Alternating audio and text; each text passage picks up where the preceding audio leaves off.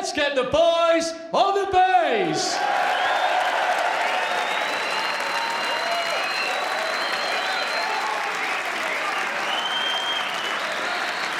Please welcome one of Scotland's finest exports, a player who's won just about everything in the game. Bidding for his 4th Welsh Open final, a title he won 10 years ago. Winner of 20 ranking events in all. He's the reigning world champion. He's the Wizard of Wishaw. He's John Higgins.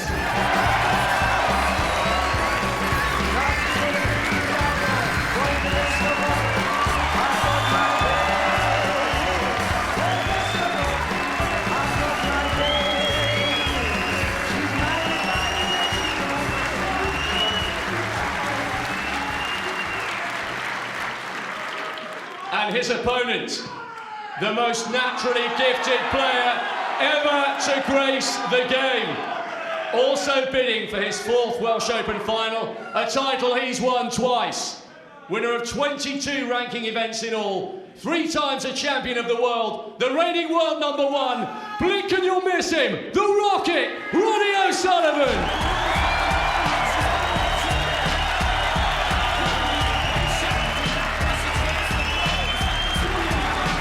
What an atmosphere. Not sure about raising the curtain. They've raised the roof here. Best of 11 then. The first to 6 for the right to come back tomorrow and play Ali Carter for the title. And in the box tonight. Not arguing again, I hope. Darren Morgan and Dominic Dale.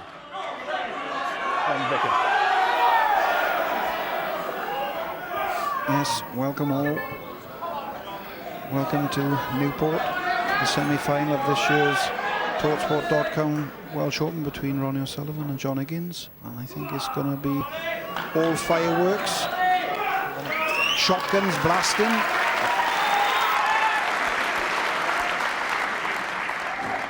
Thank you. The first frame, What Ronnie an entrance O'Sullivan to that break. was, Dominic. It's a long time since I've been involved in any kind of snooker match where you'd swear now we've got to look up to see if the roof is still with us, because that was unbelievable for Ronnie.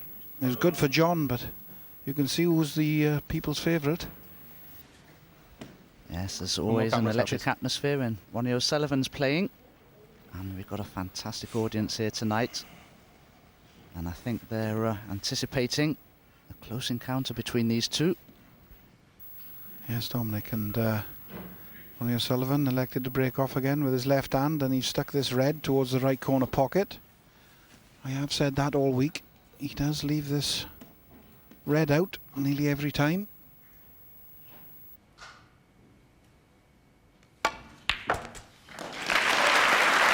One. John Higgins will like him like that all night, but he's lost the cue ball. He is on this green, but for his second shot of the night, the butterflies will still be tingling. It's not a gimme. Green ball.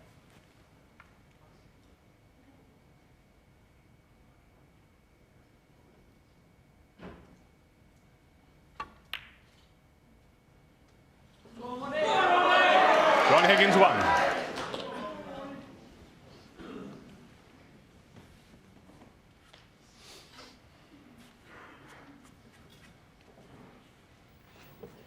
Shouts of encouragement for Ronnie O'Sullivan. This is his first opportunity, but it's not an easy one.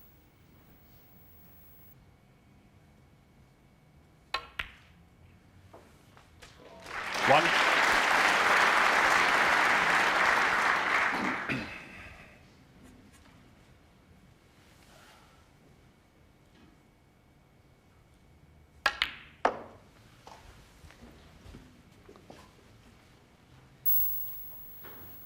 Cue ball did travel. 6. And obviously now we're down to the semi-finals. They've changed the cloth, so the table will play a little bit different to previous matches. Balls will slide a little bit more, and it'll be a lot easier in putting bottom on the cue ball to get maximum reaction. All these cloths, Dominic, and it's effortless when you're playing well. When you're not playing so good, they can make you look a little bit silly. Yeah, Absolutely right, Darren. They seem to magnify little errors in the ball striking. But there were no errors there. Fantastic long straight red from John Higgins. That should give him no end of confidence.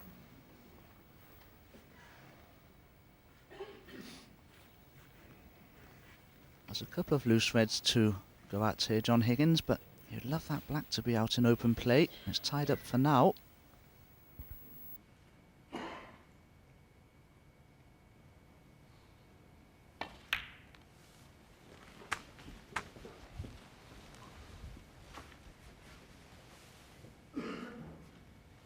Seven.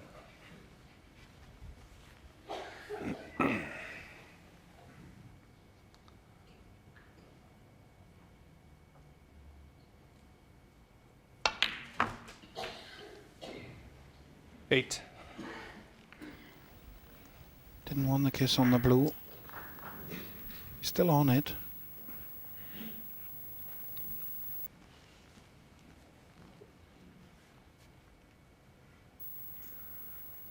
There's been a real buzz around this arena today for this intriguing encounter. I just hope it lives up to everybody's expectations, as I'm sure it will. 13. Probably the two best players in the game at this moment in time, battling it out.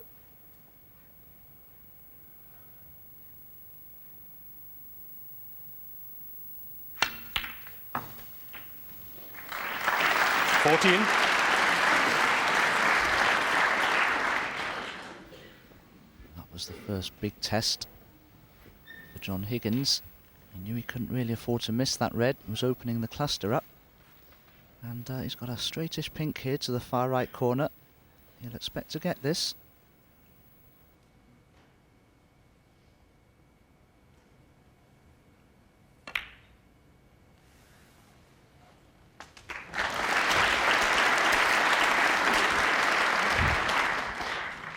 He looks to have held the pink spot here with a cue ball.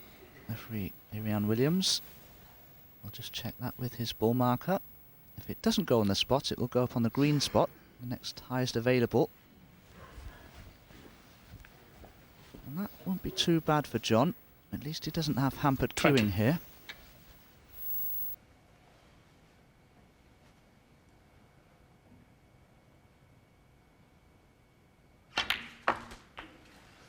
$21.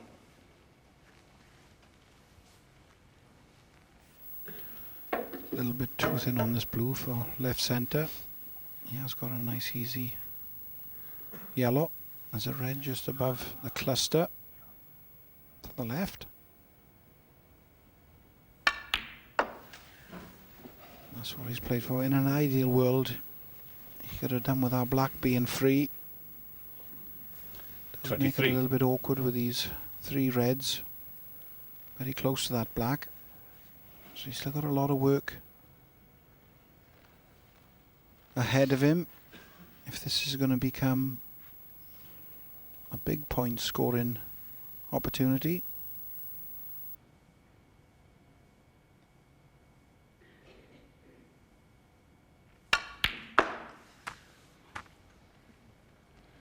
$24. He really couldn't have struck that one any better.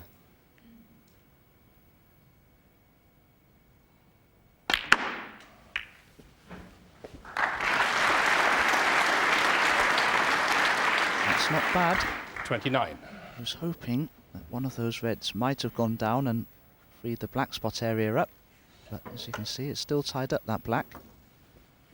And it would help John if he could get that pink back on its spot at some point. It might make building a lot easier for him.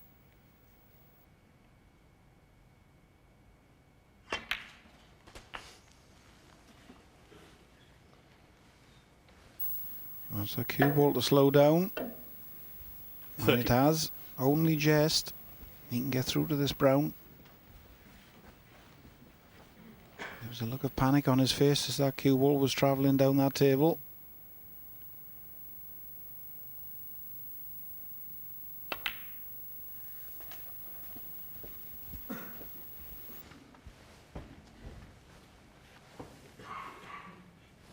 34.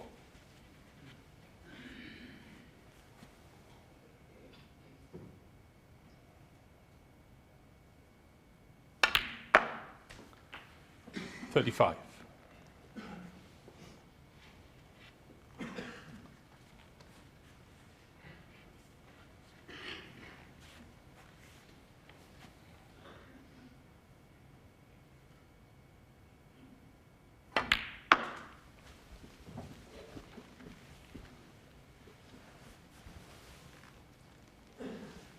40. Okay. Yes, it's not quite as straight on the red that's just below the pink spot. Be stunning the cue ball towards the left corner if he was to try and play the red for position on a colour. So he's going to play this much thinner one into the left corner here. He needs to play it with a trace of check side to try and possibly get on the blue into the right centre, or even the pink in the right corner wouldn't be too bad.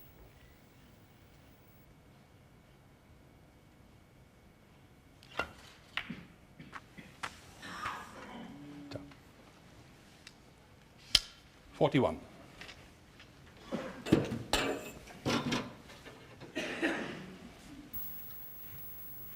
This 41's been a great break because he hasn't really been in perfect position too many times.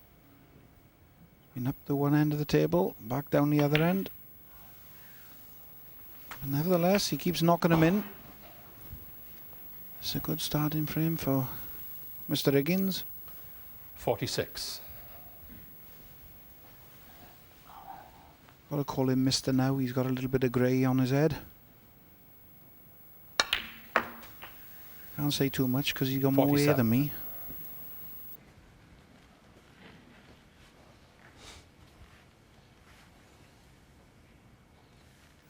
Yes, I'll call him Mr. because I have a great deal of respect for what John's achieved in the game.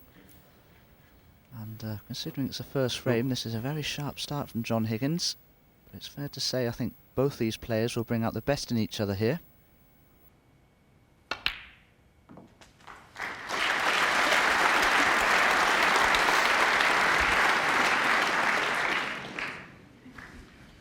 $52.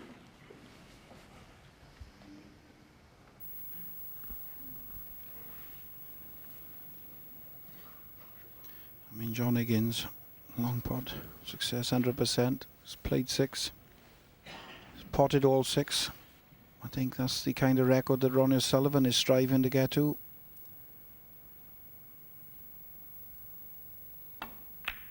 Yeah, it's very tight on that red. He's just trying to make sure of it. John Higgins, 52. I think he's got away with it, and if not, this is very thin into this left corner. Still a good 52 by John Higgins, but he was very close to the winning post in this opening frame.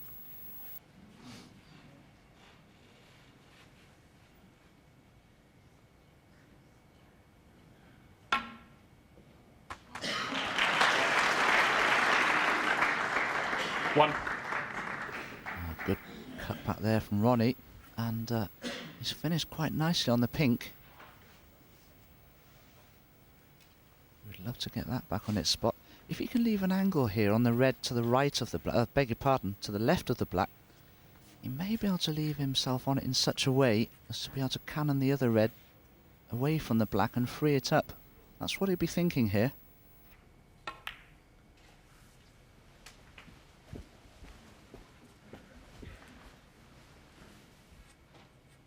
Seven. Still plenty left on the table for Ronnie. 8.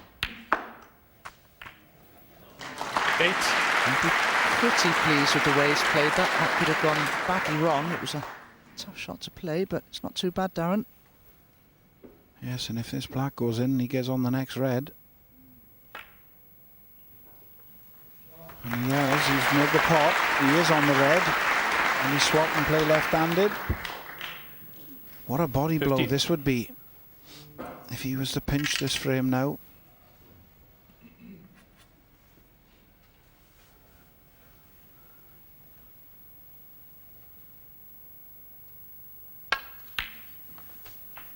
That's safely 60. negotiated. He's on the black. I think he can just about hold for this red.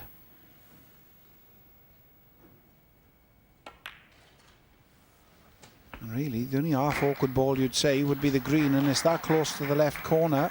23. Isn't going to cause him too many problems.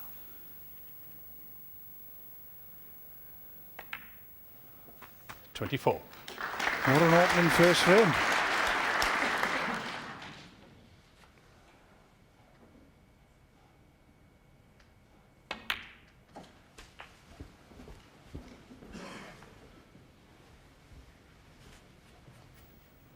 He's got the 31. perfect angle, I think, on this yellow, just to punch it through for the green in the same pocket. And where the brown is perfect for Ronnie. 33. I have to say, I was never convinced that that red John Higgins broke down on would actually pot. It didn't look it in our camera shot. 36. It's proved to be the case. And it could cost John Higgins this first frame. Brown, blue, pink and black needed. 40. Yes, and barring a miracle for John Higgins, you can't imagine Ronnie's going to miss from here. 45.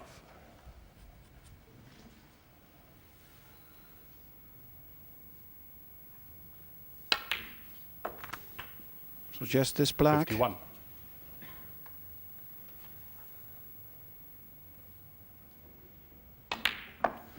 So it's John Higgins. Ronnie O'Sullivan. Started off with a 52, wasn't enough.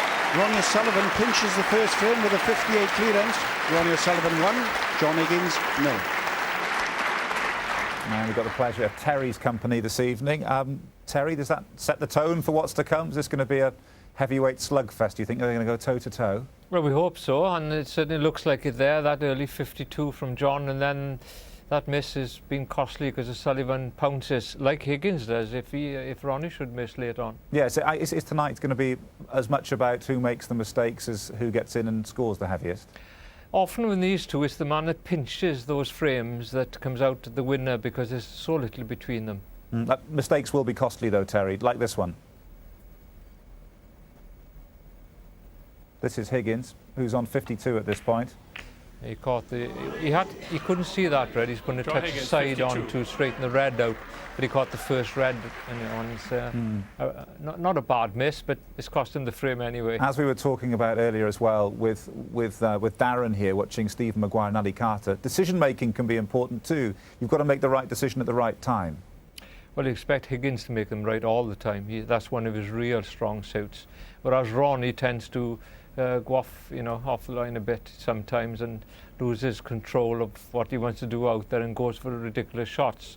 But not so much as he used to, and I don't think he'll do it so much against John Higgins. There's so much respect out there. Incredibly, they've met in every single ranking event this season. Ronnie won the first, 6-1 in Shanghai. In the next two, though, the Grand Prix and the UK Championships, Higgins won both of them. And on both occasions, he needed every available frame to do it. So it could be a thrilling evening. It should be. It will be, surely. It certainly looks that way, Oliver. And you can already see a big contrast in the two opening break-off shots we've seen in this match so far. Ronnie's, by his standards, was a shocker. And John's has snookered O'Sullivan. Ronnie O'Sullivan on all reds here.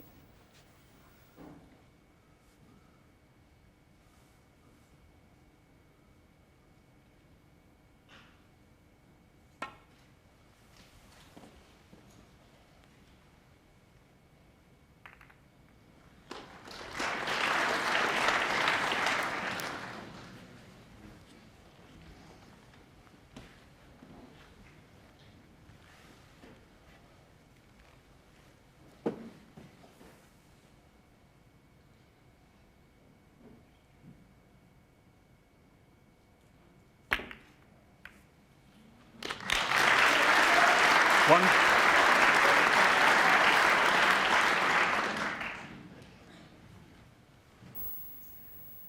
Well, again, that was a cracker.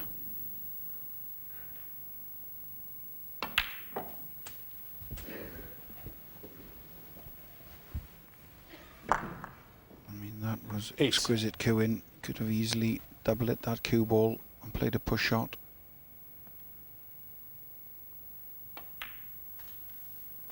the first couple of shots of this second frame, there's no adverse effects from the way the last one was stolen from him. And I think that's one of John Higgins' biggest traits. He plays every frame as though it was the first. 16.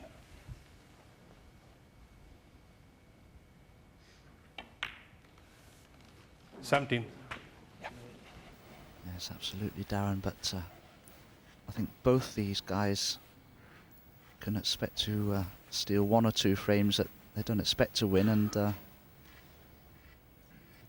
these two players out there tonight, John Higgins and Ronnie O'Sullivan, will be expecting to hurt each other during this match with frame-winning clearances from any sort of mistakes that they make. 24.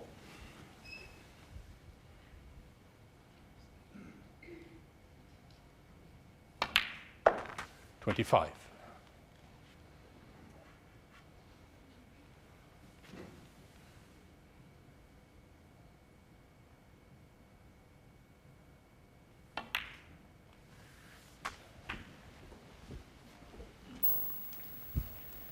Terrific cues to the ball, John Higgins. 32. Little bit longer backswing than most players. He decelerates the cue 33. sometimes on his follow through, but it is so effective in the way he plays.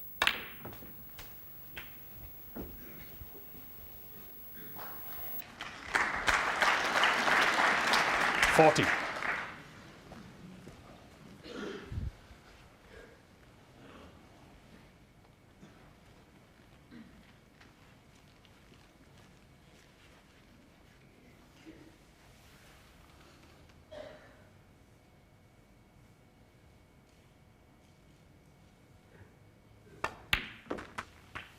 $41. Let's have a look at John's arm here. I've noticed the last couple of seasons, it might be hard to pick up here, but there is actually a visible shake in John's back arm now as he strikes the ball. But it doesn't seem to affect his play much, does it?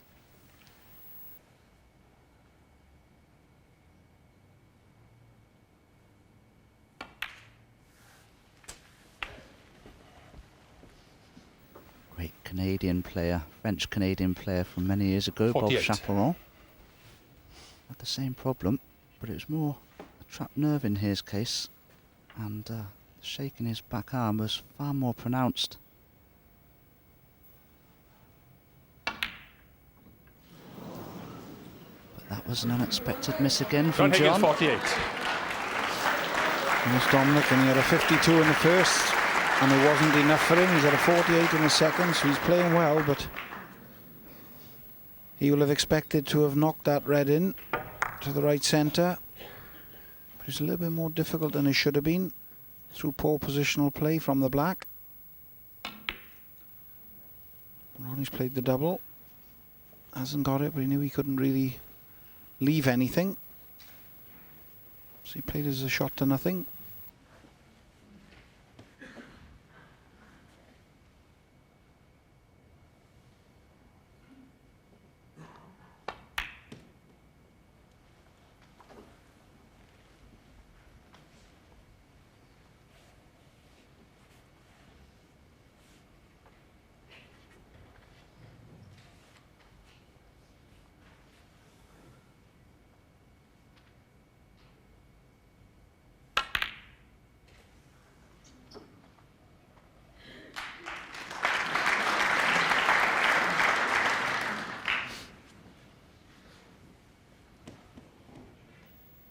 Could be a useful safety shot from Ronnie.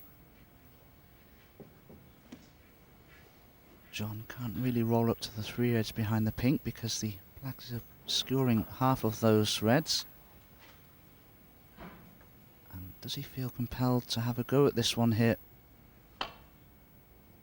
No, he's found a safety shot to the bulk cushion, but I've seen Ronnie take these on before.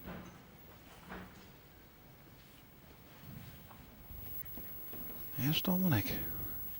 He hasn't really got to do much with the cue ball. He can play this for the yellow into the middle pocket if he wanted. He might play to just punch the red around the table. He's having a little look now to see where he'd have to stick the cue ball to have a shot at that yellow to right centre.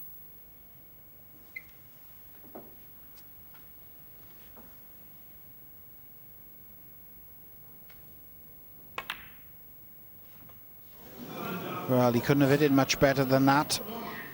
But he has left this red for John Higgins.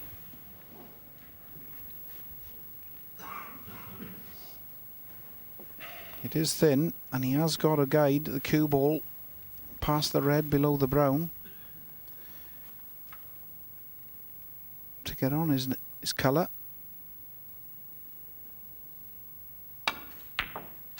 Well, he's hit it. Has he been lucky? 1. He's on the blue.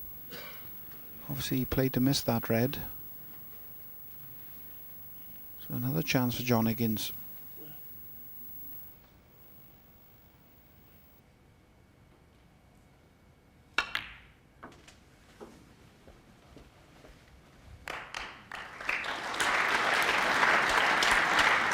Six.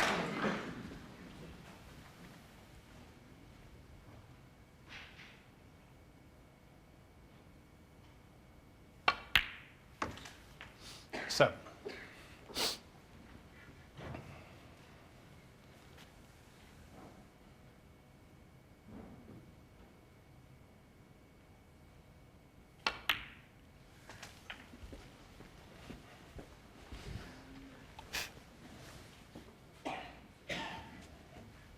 Ten.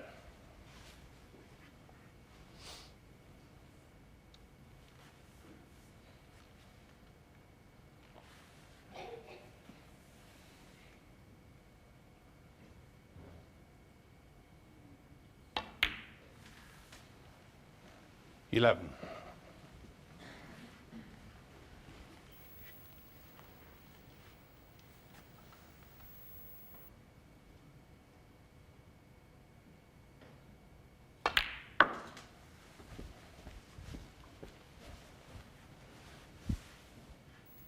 He's controlled that 16. one very well.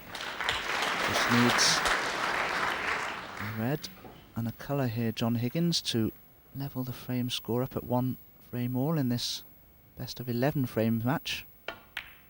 First to 6 now in the 17. semi-finals, remember. Just slightly longer. There's a knowledgeable audience here at the Newport Centre. 22. Well aware that blue should have seen John Higgins 23. home in this second frame.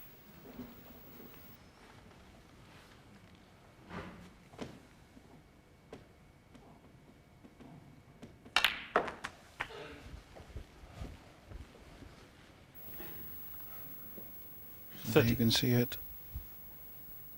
No way back for Ronnie, even if John Higgins 31. was to miss. So John Higgins has put the disappointment of the last frame behind him.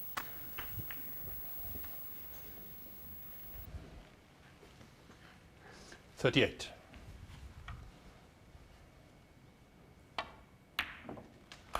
$39.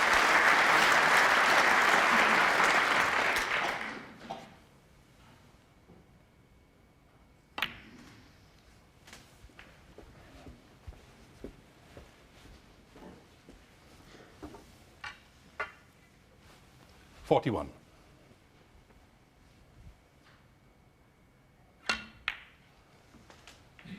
$42.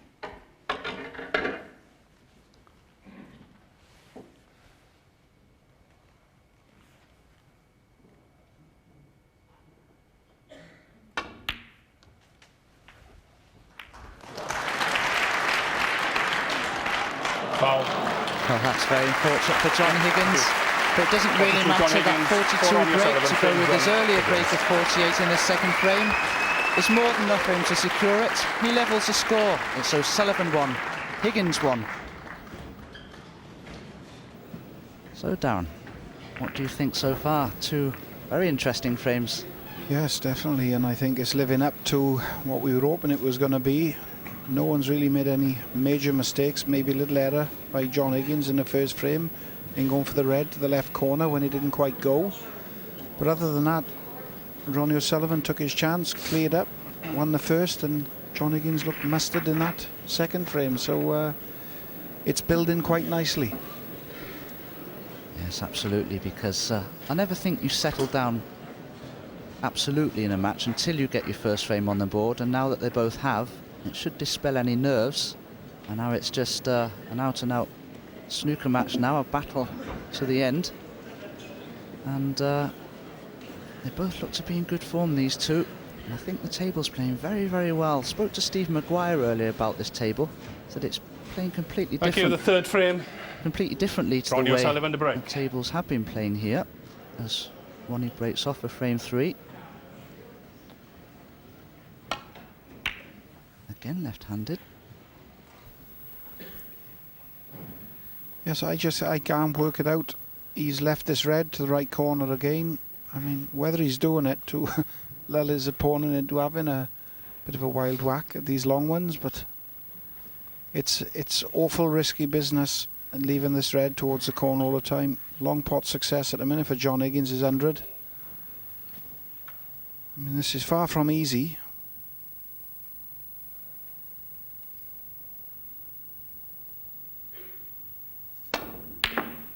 Well, he missed it by a long way, that one. And it's whether he's got away with it. I don't think so. Yes, Dan, it was a bit of a wild whack in the end. Played that with a little bit of side to try and stun around the angles. And I think that's what threw the cue ball off so wide. And I mean, we all go on about Ronnie O'Sullivan's ability, left-handed. I mean, he really does show true ambidexterity. But he doesn't seem to break off so well left-handedly. 6.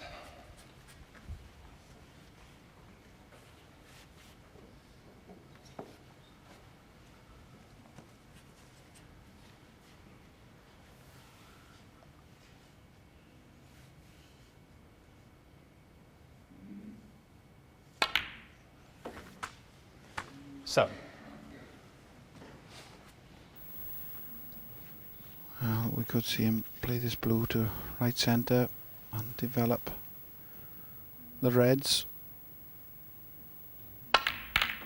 To be fair, it wasn't a great pack to go into from that blue. Pink was a little bit 12. high on that cluster and off centre, as you can see, and you really need to hit it a little bit thinner. He is okay on this red, but didn't really disturb much. 13. He's got the red just below the blue, but he's got the perfect angle again now if he wanted to disturb him again. But I think he'll play for the loose red.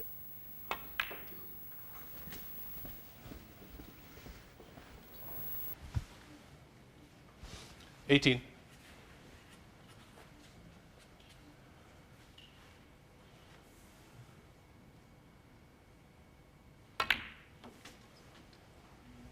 $19.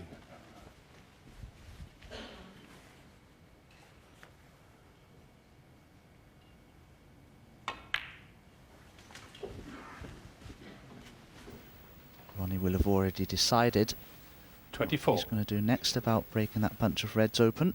Probably from the blue again. 25. I may have liked a little bit more angle on this blue, but there is a loose one at the bottom of the cluster he could play for if he doesn't feel he can generate quite enough pace.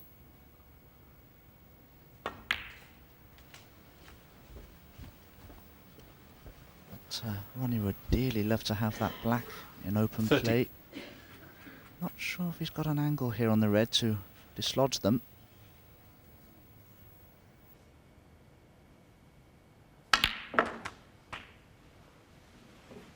$31. And what a great shot that was. Played that with lots of bottom and left hand side. He really got into that cue ball well. And he's got the cannon perfect this time. He needs to be on a red. He is. This is a 36. terrific effort.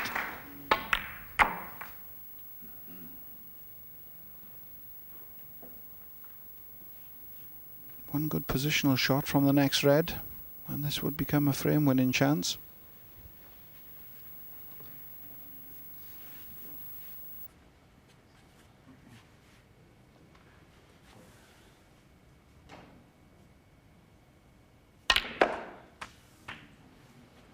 $37. Well, that sounded a bit heavy. I'm pretty convinced that was a kick that Ronnie received there.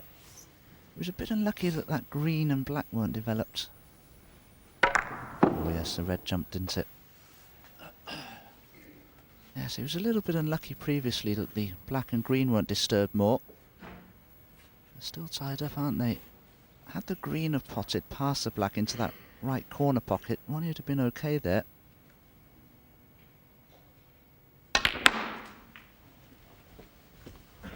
Needs this cue ball to run. Not bad. 42. But once again, you'll have to go up for the blue.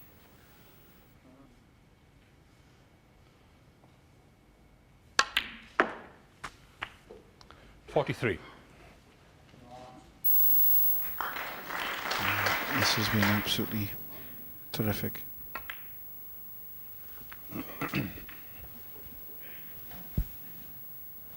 $48. So you can see 48 break. And with these 8 reds, he's took 5 blues. This is going to be his 49. 6th. And after you'd have to feel there's probably a couple more coming.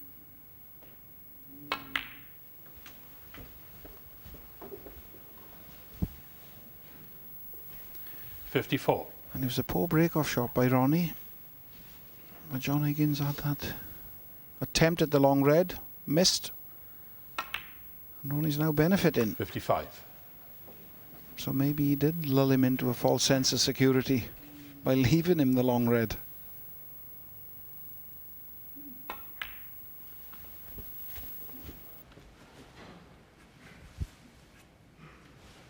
$60.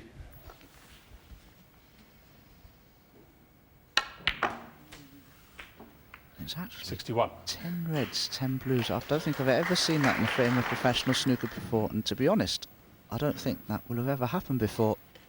Extraordinary. In fact, Ronnie, by potting that last red, has made the frame safe. What an extraordinary break this has been. 67. 68. Well, Dominic, the only thing I can say is one of the years I played at the Crucible, playing Jimmy White in the semi-final, I did take 12 reds and 12 blues in a frame, so 74. he's still got a couple to beat that. 75. And he's spoiled his pretty pattern there with a couple of pinks. But it's still a terrific effort, this. Well, to continue this, it's going 81. to have to be an unbelievable pot.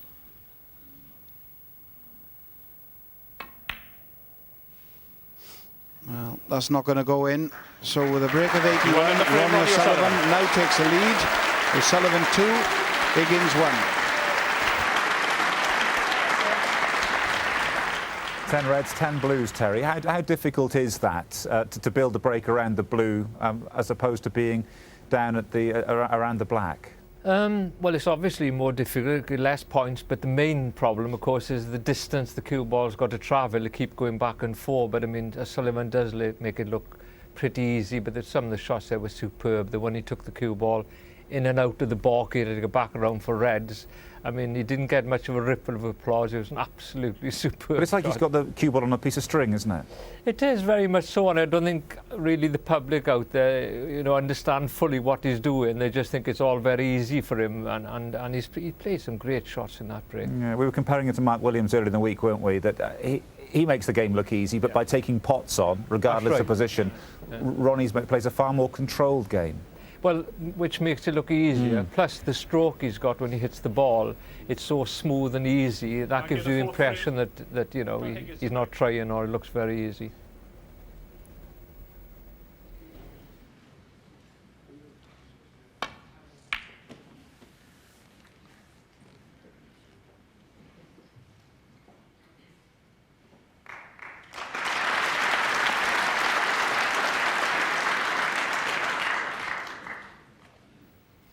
applause from the audience, but I'm not so sure this red isn't cuttable to the right centre.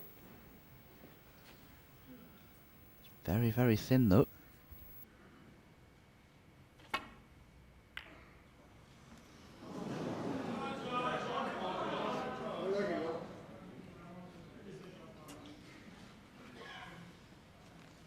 And this time we're in frame 4, and it's the first time that black has been in open play at the beginning of the frame. And I think John can possibly get on it here. But it's a very tricky shot to play. It's got to stun across the left-hand side of the table here, not cannon any of the reds, and try and get on the black. It'd be a great shot if you can achieve it.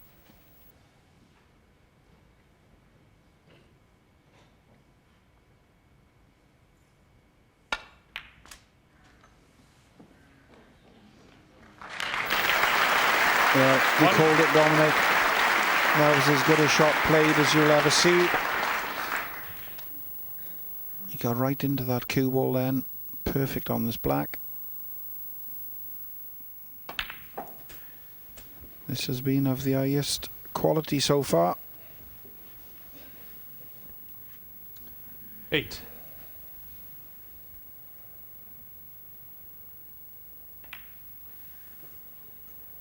Nine. We thought it'd be a scintillator.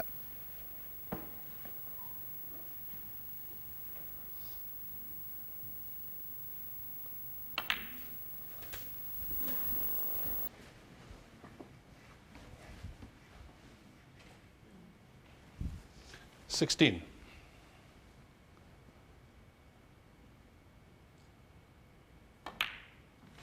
17.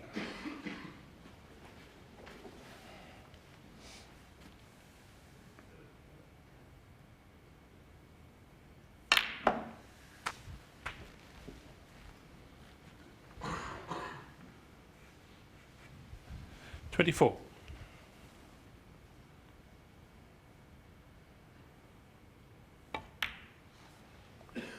25. Didn't quite travel far enough with the cue ball there, John. He'll be cueing over a red here, which will make it all the more awkward. And if he screws back, he'll probably be screwing back into the red that's next to his bridge hand. But judge the cannon nicely. Now, John, are you harbouring thoughts of a maximum? 32. Or do you want to make a frame-winning break and level the scores at 2-all? I think the latter, and quite right. 33.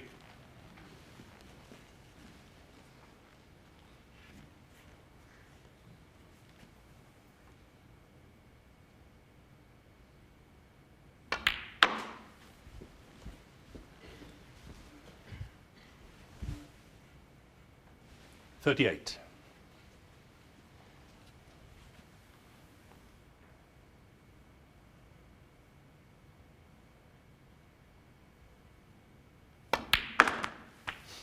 39. John Higgins is hitting everything very crisply. Each time he's potting, the pockets are making a nice sound, which is always a good sign. Means he's cued through it. Straight.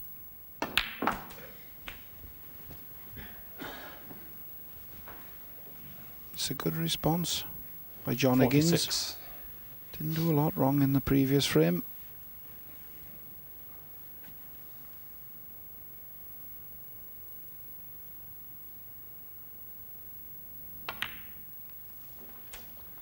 $47. He's on 47. He's already had breaks of 52 in the first and lost it. 48 and 42 in the second. So there's nothing wrong with his game. Both players are playing fantastic.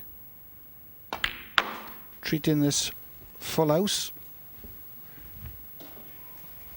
as something a little bit special. Okay. 52. Yes, and there you can see a panoramic view here of the auditorium. Can't see many spare seats, Darren. As you say, a full house, or near to it. This makes no difference.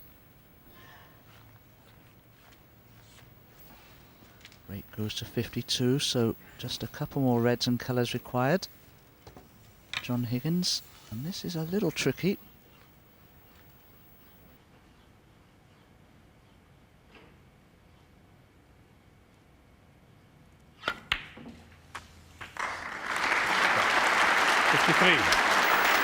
And this shot is all about the angle. If he's got an angle on this black to go into that cluster of reds, man, he's got the slightest. It's not a lot. Doesn't look like any of them reds will go anywhere.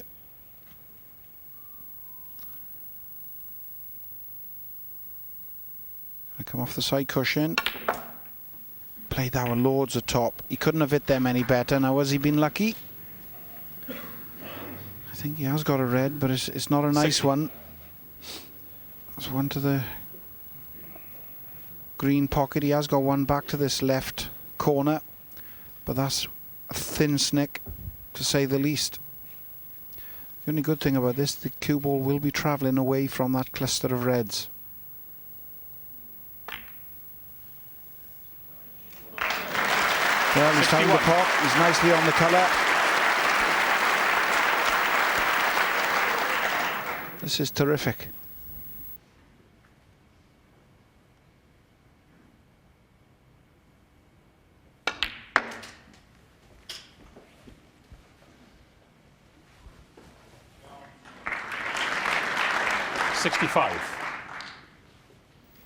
Well, these two are really bringing out the best of each other tonight. It's been a near perfect session of snooker so far. And John Higgins just needs this red and a colour to follow. 66. To level the match up once again at 2 frames all.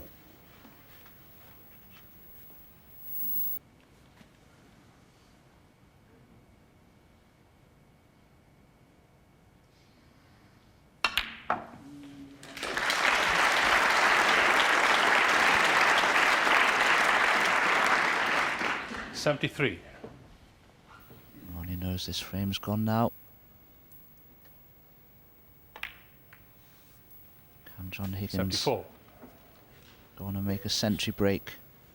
Possible 139 on here for John Higgins as the break goes to 80.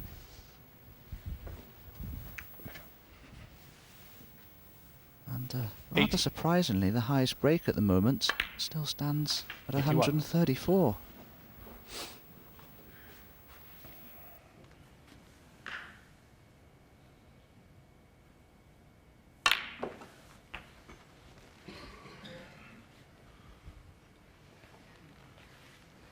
$88.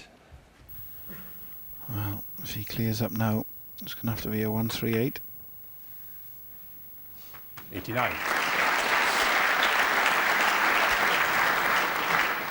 Top draw this.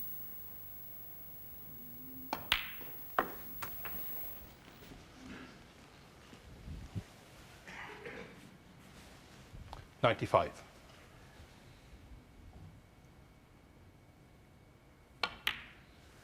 96.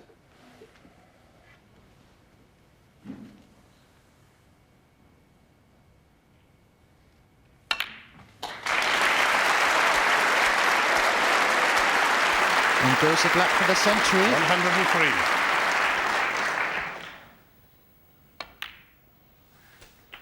$104. He's just a little straight on the black. Got work to do here to get good position on the yellow. Lots of backspin and right hand side on the cue ball. 111. Any better.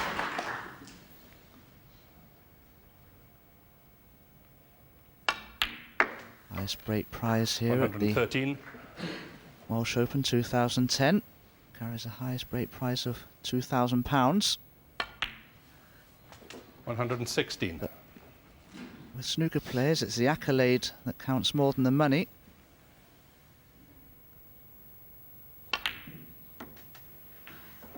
$120.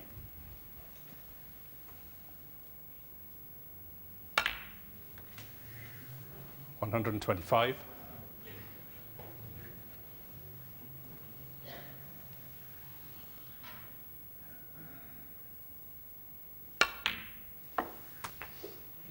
131. In goes the black, a 138 sparkling John Higgins. total clearance by John Higgins of 138. That's a front runner for the two highest, £2,000 highest break prize. He levels the score. It's 2 frames all as we go to the mid-session interval. Yes, and it was fantastic before the interval. Let's hope it's every bit as good. The second half of the match. He broke off left-handed again. Well, this time he has pushed that red to the right corner, but I don't know whether John Higgins can get to the potting angle on it. Well, I think he can just get through to that one. There is one to the left corner as well, but if he can get through to this one, which it does look that he's got a path through, he missed the last one by a long way.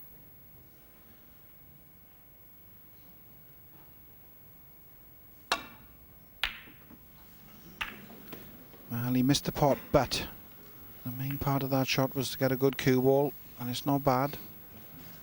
He's left a lot of distance.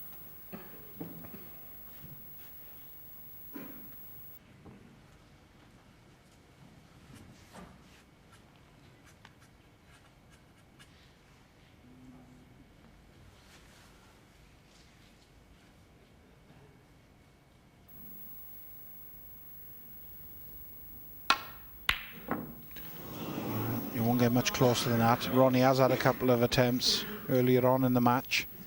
He missed them, so he's keeping his 100% going. That's in the fact of misses. But Ronnie's been first one to say this last week that that's the only part of his game he's upset with. He reckons he hasn't been knocking the long pots in for a period of over the last 18 months. Might have to disagree with him there on some of the matches we've watched, but he knows more than us. There's certainly nothing wrong with his safety in his break building department. Clever safety, that one from John. He's hidden the right hand half of the table by expedient of the pink, so it's going to make it tough here for Ronnie to play a safety shot back into bulk. Got to hit this one pretty thin, the one that's nearest the left centre. Can't really leave the cue ball on the top cushion because the red below the black would be pottable.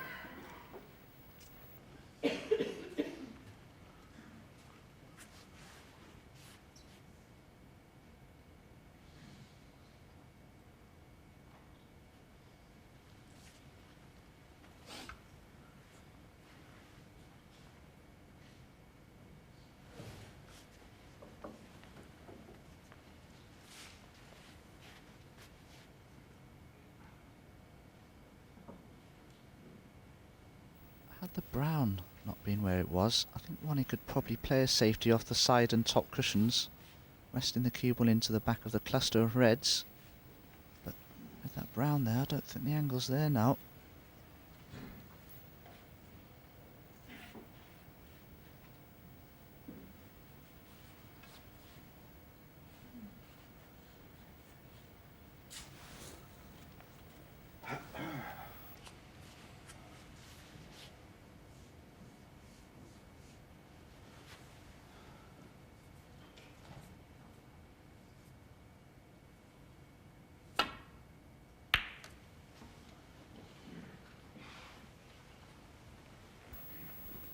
Always knew in playing that shot he'd be giving John Higgins a shot at this red to right corner. It's not easy, and he'll do well to miss the cannon on the black. He has got red to right centre as well, but both shots very difficult.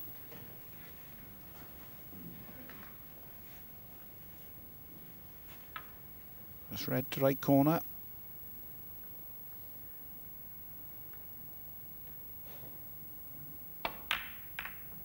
Well, it wasn't easy.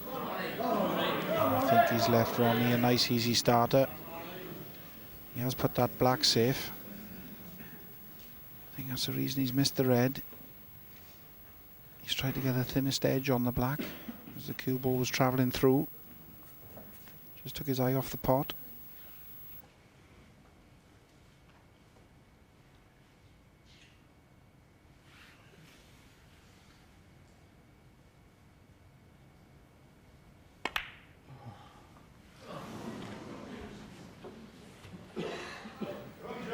Well, he played it left-handedly. Preferred not to use the rest on that occasion. But as so often happens after an interval, it takes both players a little while to get going again.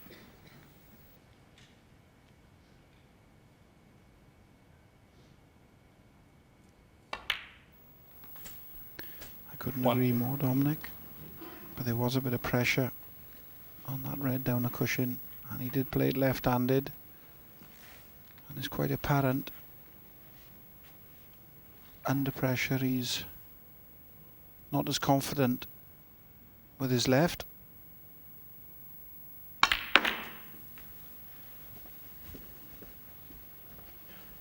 think he's been a little bit unfortunate, really, that he hasn't landed much 6. easier on a red. He has got a red to left corner. One to the right to the black, but he's going to do well to miss the cannon on the one just below it.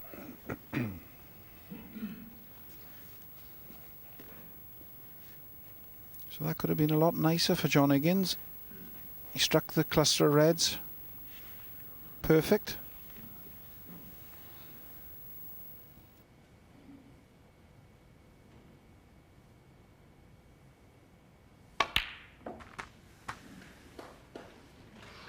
Seven. Well, how's he found the gap through them? He's just missed the red. He's missed the other red towards the right corner.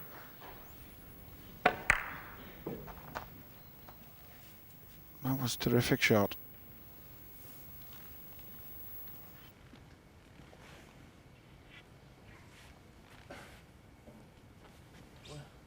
Ubo. Okay. Had he not had quite so much angle on this blue, John Higgins, he might have attempted to cannon the little cluster around the black in the hope that he might free the black. And it's possible he may still attempt to do that, but it won't be easy to get the required amount of backspin here to do it.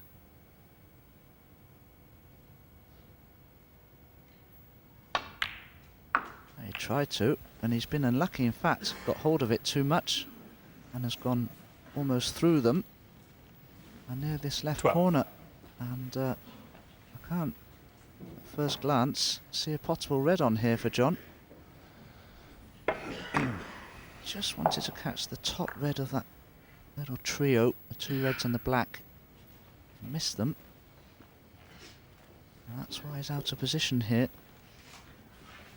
Looking now to see where he can leave the cue ball for a safety. He'll probably play the red that's nearest the yellow because he doesn't want to leave it up there.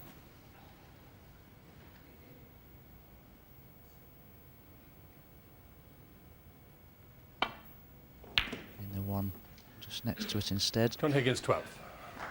As long as he's hidden the rod underneath the yellow, that's a pretty good safety shot.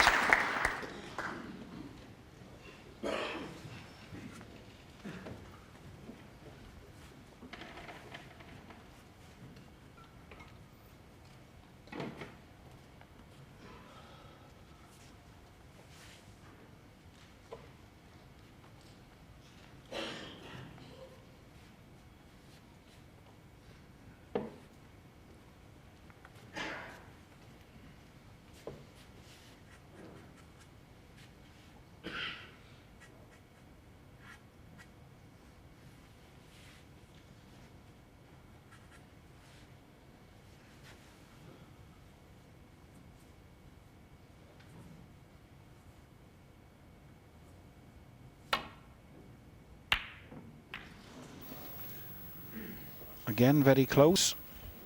Not close enough. He has left, John. Shot the left middle, but again, not easy. Just off straight, so he has got a natural angle to just run through for the blue.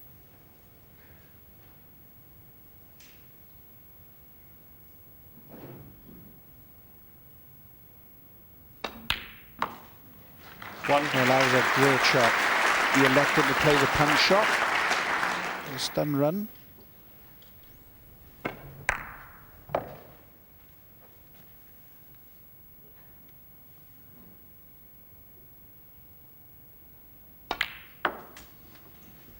Right, he needs the cue ball to slow down, or a cannon. And I think that's just about perfect 6. for him. But if he'd slid past that red, he might have been on nothing.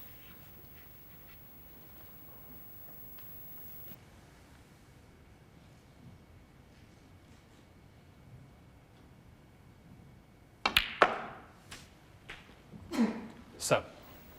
Oh, that cue ball only just got past the red.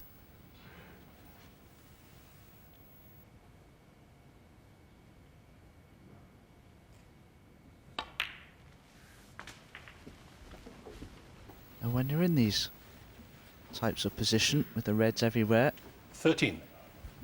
colour's not too badly placed, you do expect to make a big break, if not win the frame from a position like this. 14. Don't think John will mind too much. Certainly not at the moment that the black is a little awkward. If you can pot the red that's nearest the right corner at some stage, then the black would be available. But there are enough loose reds around the pink spot area to be going on with.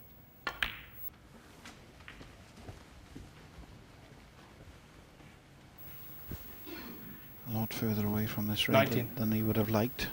He landed dead straight on that blue, so he couldn't do much else.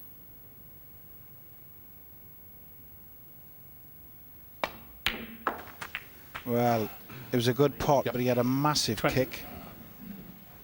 And obviously he's changed the angle of the cue ball, cannon the red, and again he's on nothing. There you can see both balls bounced, but that was an horrendous kick.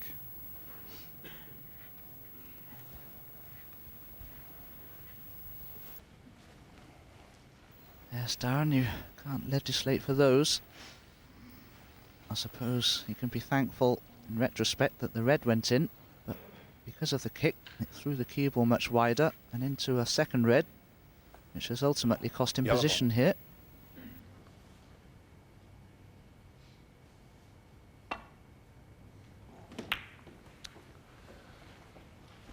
John Higgins 20.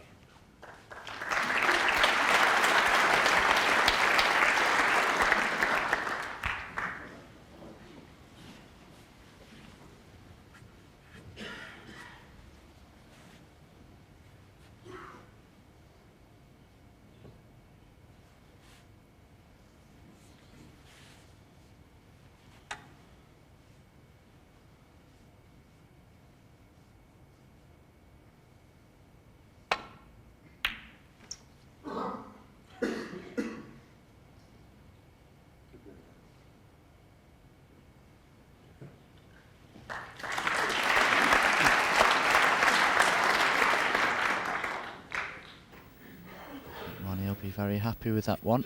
It would have been an easy safety shot for John had he been able to see the red nearest the yellow.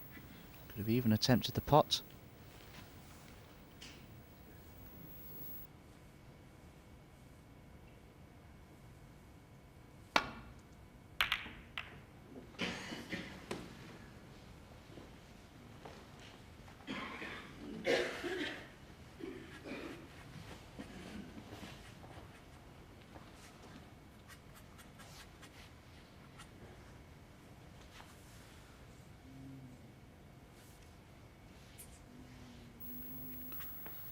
Not easy, this red to left centre.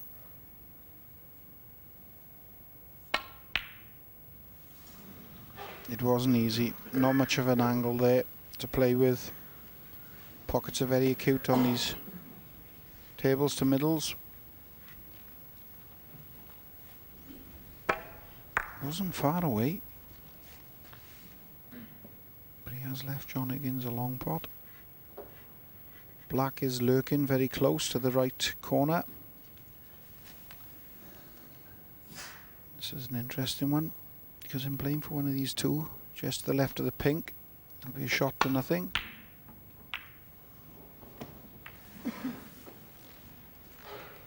For John Higgins, that was quite a negative shot.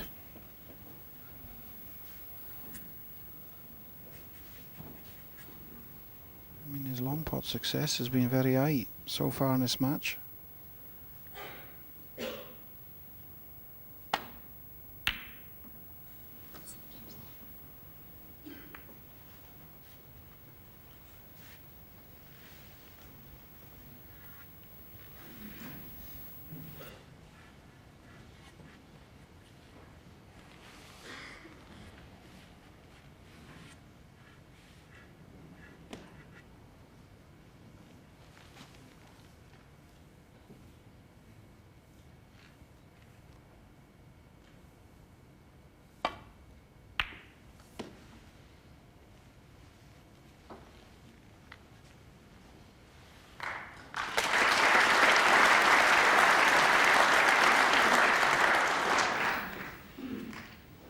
It's a well-deserved round of applause there for John's excellent safety shot. Ronnie could play a similar one from the red nearest this left-hand side cushion.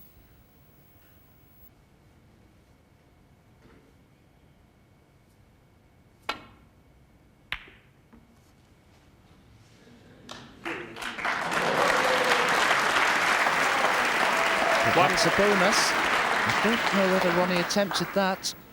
Caught it just a tad thin, I feel. And because he has, cue ball's rebounded sufficiently off the bulk cushion for position on the brown. And this is a wonderful opportunity for Ronnie. Probably better than some of the ones his opponents had in this frame to date. 5. Everything is out in the open now, Darren.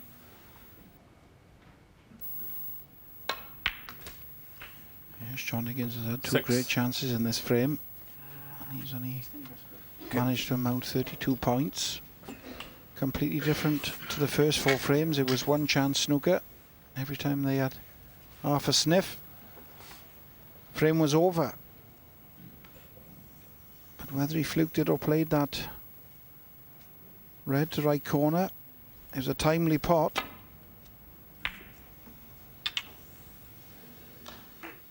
And more to the point, he landed on the brown perfect.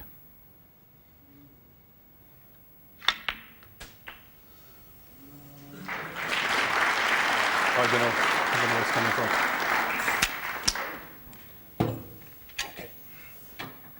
And again now, if Ronnie was to, with this visit, steal this frame, surely this would hurt John Higgins. 13. He had the first frame of the match stole when it looked like he had it won.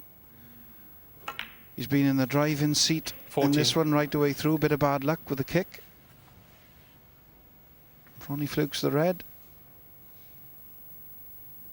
big difference.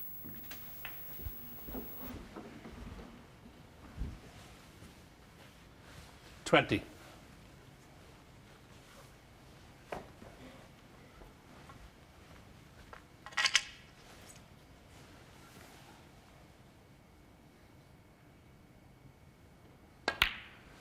$21.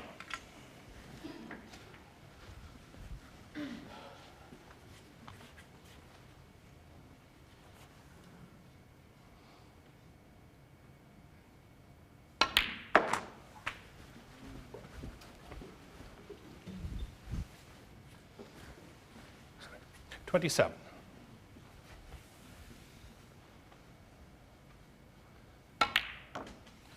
$28.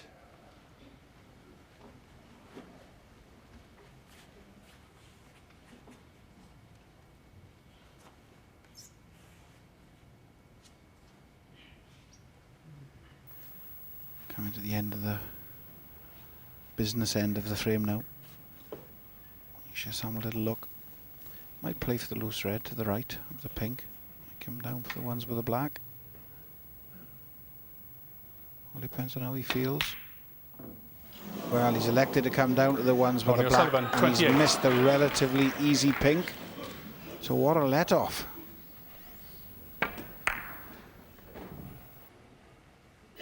Yes, I think he played with a trace of left-hand side on the cue ball there, which just pushed the cue ball offline fractionally and altered the potting angle of the pink. And, think that's what foxed Ronnie there. But he's got back in the frame, and, well, there is a little bit of work to do for John here.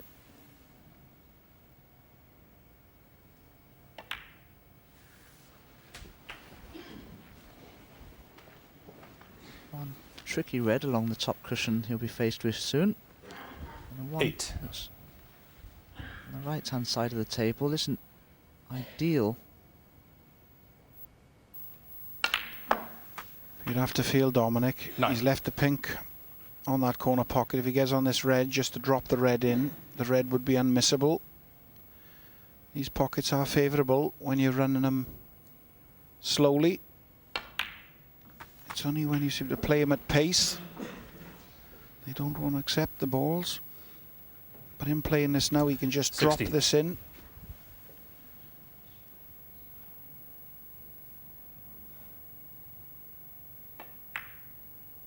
The only way he could have missed that red, he would have had to hit that as bad as he could possibly have played the shot.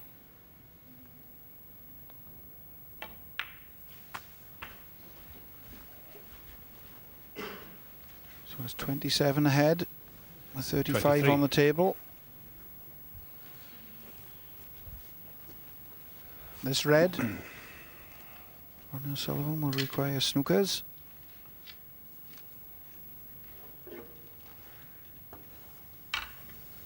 I mean, this is John's third bite of the cherry in this frame, to be fair.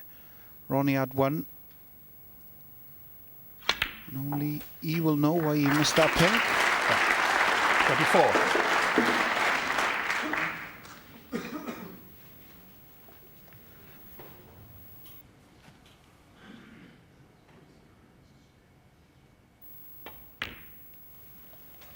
Well, he had a kick on the blue, but it's not going to make any difference. I can't imagine Ronnie O'Sullivan's going to come back to his seat, whether this yellow goes in or 29. not. As you can see, already 2 snookers required.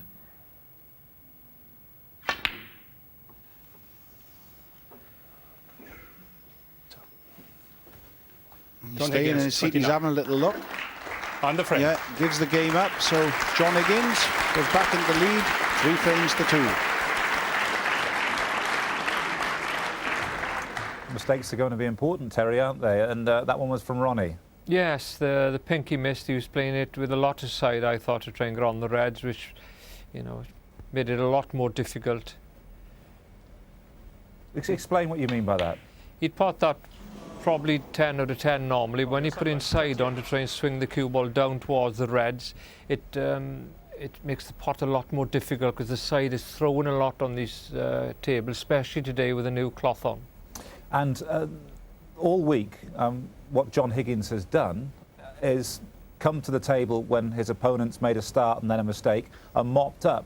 He did it in the quarter-final, he did it in the round before as well. And he has the capacity to do that to Ronnie tonight, doesn't he? Yes, and Ronnie's aware of that. I mean, there's no fear here from either player about the other one. You know, they're not frightened of each other, but they've got a tremendous respect. But they both know if they make a mistake towards the latter side of the frame, then they're more likely to lose it than not. Yep, Graham Dott came out of his match against John Higgins, said he thought he had the chances to win it, but he didn't. Mark Selby came out of his match against John Higgins, said he'd had the chances to win it, but he didn't. Will Ronnie O'Sullivan be saying the same thing after? Only 1 frame in it at this point, though. 3-2 Higgins leads.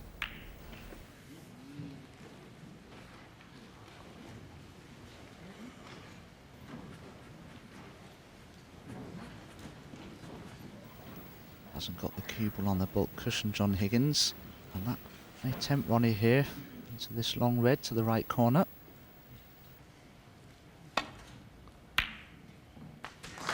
One. Very nice. And he's controlled the cue ball equally well for position on the black. And this is a great chance for Ronnie O'Sullivan.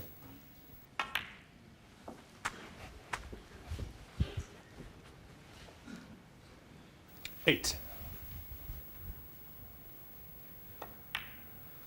Well, in his last 9. match, he only had one thought at this stage.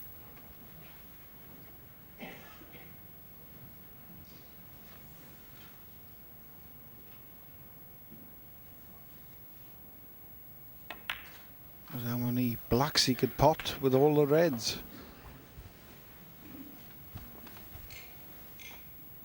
Different day today, 16. different match, different opponent.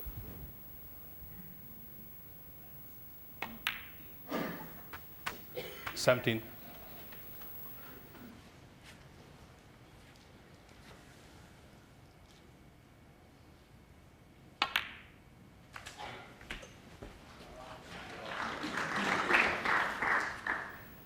That was beautifully played. Choice 24. of red into either corner pocket here. But he won't play the one that's at the bottom of the cluster unless he feels he can force a cue ball through for the black. 25. I wonder if Ronnie is indeed trying to set himself up here for an attempt at a maximum break.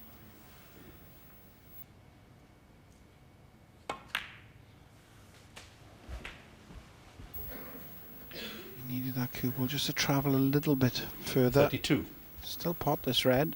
On him playing it, he will open this cluster. Needs that cue ball to stop.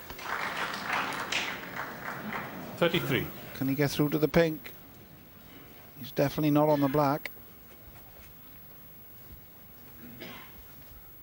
If he can, we'll have to settle down for a 1-4-6 instead. Yes, Darren, you don't see many 1-4-6s in professional snooker. Or any snooker, for that matter. And, well, easy to say that he met with a 39. modicum of fortune there to be on the pink at all. 40.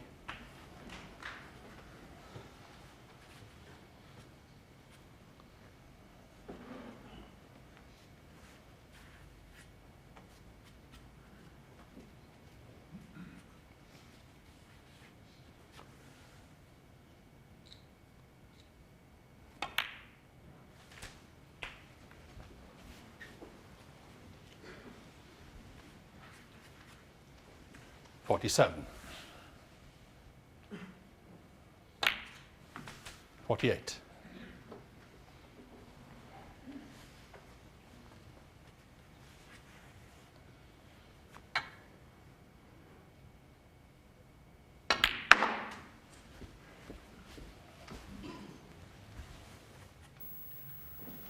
53. Like normal service resumed.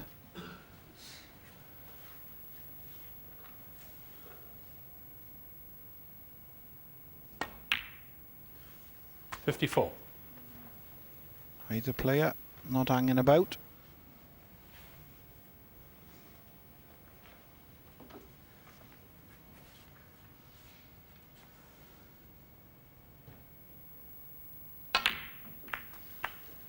Average shot time for Ronnie O'Sullivan. 17 61. seconds and John Higgins 19. That's fast in anybody's language. 62.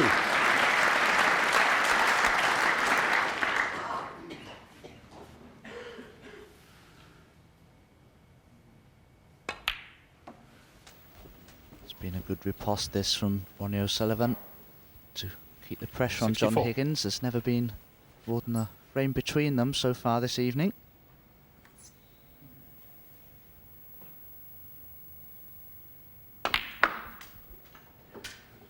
And 65. this black is all that Ronnie O'Sullivan needs to leave his opponent John Higgins, requiring a snooker.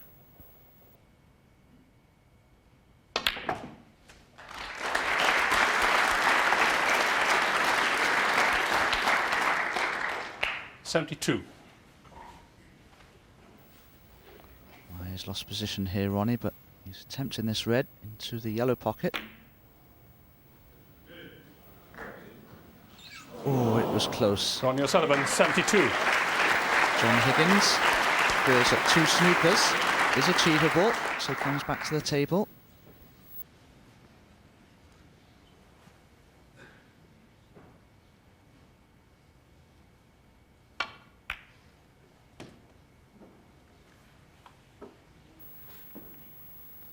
Well, that was a missed shot. Didn't quite get into the cue ball then. He has left the long red, the green pocket.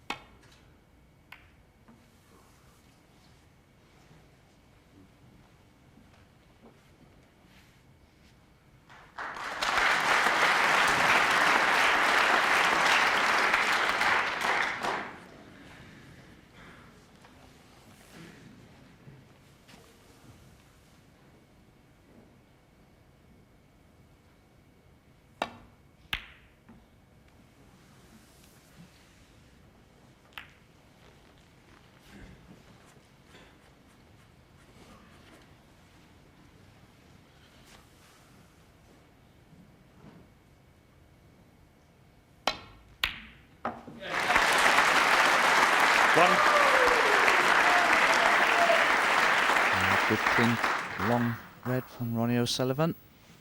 Hasn't potted many long ones tonight. It's an area of his game that has caused some One concern. on the frame, Ronnie O'Sullivan. But that long red, in addition to his earlier break of 72, is enough to take this 6th frame. The level once more. It's 3 frames all. As you called it, Terry, not a lot between them, is there?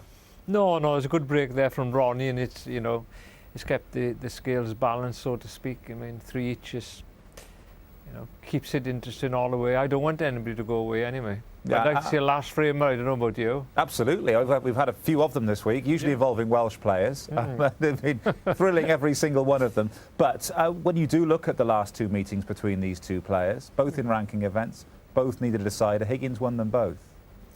Yes, and good games they were as well. They were quality games, you know, which they normally are between these 2. But I mean, there's no certainty he's going to go 6-5 here. But you get a feeling that if anybody was going to fall, it may be O'Sullivan. Why? And sort of, well, he's a little bit inconsistent at times when you feel Higgins is a very consistent player all the time. So if somebody had to say win the next 3 frames, okay, O'Sullivan can do it like that in about 2 seconds, but if you had to put a bet in it, it would be Higgins to do it. Is there less emotion in Higgins' game? Is he more of a machine? He is a machine, but I mean, if you go down close and watch his face when he's playing, he's a very aggressive player, you know. Every shot he tries so hard, and he gives the impression that he hasn't really got the confidence, Ronnie O'Sullivan a break. you know, for how good a player he is. If he, you know, he's a very modest boy, but he's a tremendous player. So, as we start the 7th frame, Ronnie's left that red out to right corner again. You can feel sure John Higgins is going to attack this.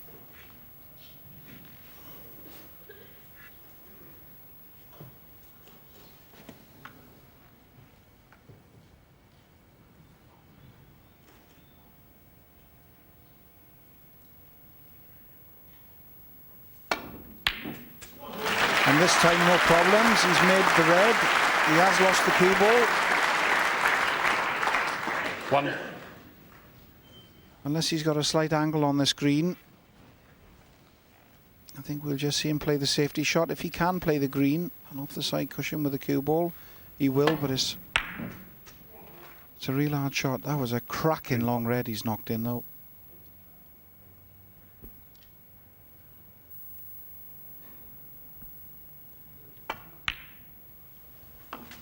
And that was a good green.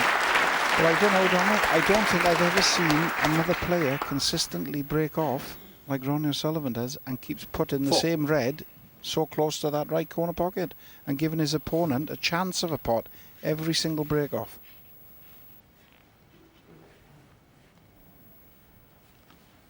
Well, there you can see the long pot success. John Higgins is extremely high at 73%. But Ronnie O'Sullivan is way down at 27%, and that's low in professional snooker. You always look to achieve something around the 60% mark. But going back to what you were saying about the break-off shots, Darren, absolutely true. I think it's compounded by the fact that you've got a brand new surface here, new cloth, a new setup. And I think these cushions are just sliding a little bit more. They're not coming off quite so squarely as in earlier rounds, and that's why it's just a little bit more difficult to get that cue ball in behind the green on the bulk cushion.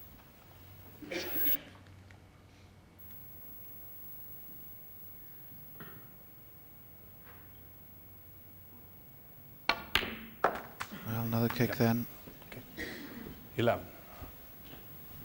He's still on this black, but he's had a couple of bad kicks so far.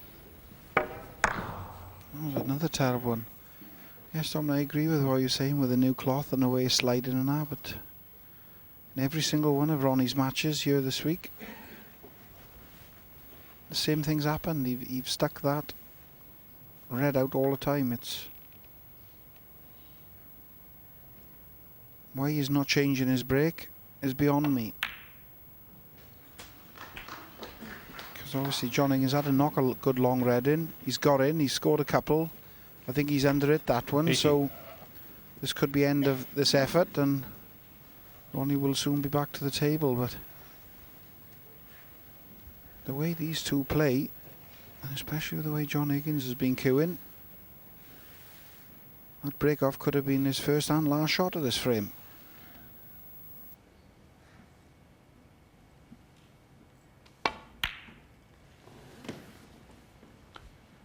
John Higgins, 18.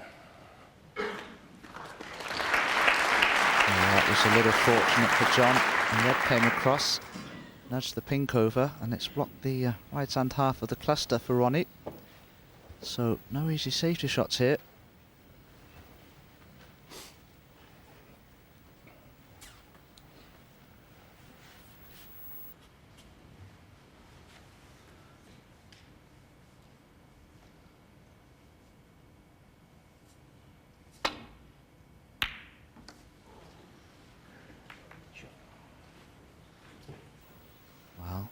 Could actually just get through to have a go at that red into the left corner. Played it quite well, really.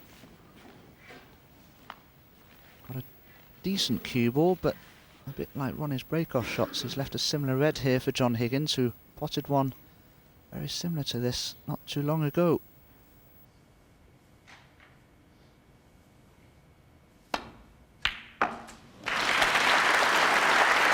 One. Another great long pot. And these will be hurting Ronnie, even though he's not landing on colours.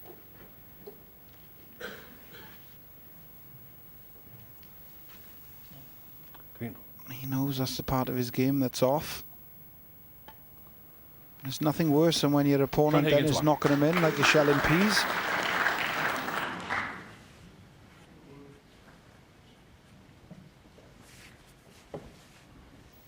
Bit surprised John played the roll-up behind the green there. I don't expect Ronnie to make a mistake here and escaping from the snooker. Thought John could have played the green into the cluster of reds there to open them up and screw the cue ball back to the bulk cushion, which would have put a lot of pressure on O'Sullivan's safety shot.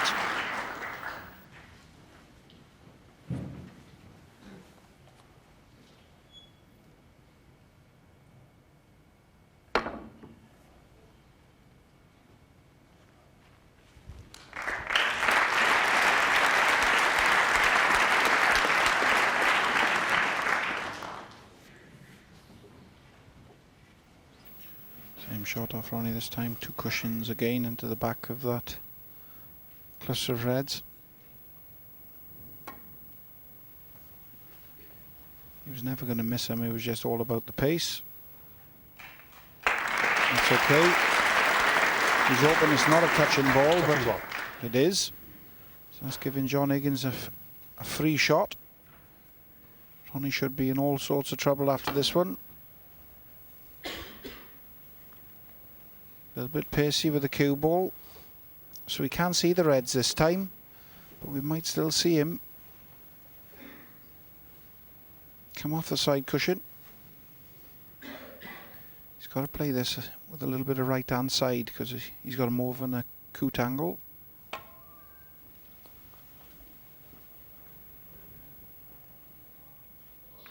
But it was an easy shot to get out there. Second ball. Yeah. Normal one, John.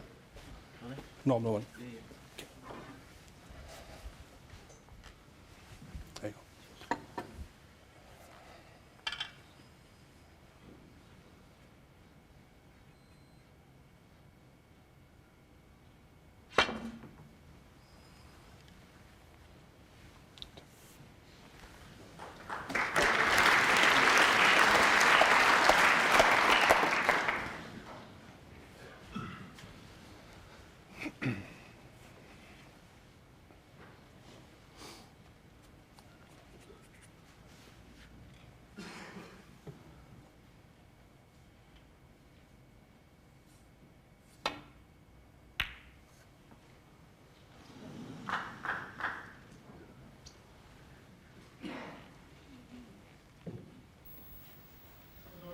Well, it would appear that that red would have potted and Ronnie went for it.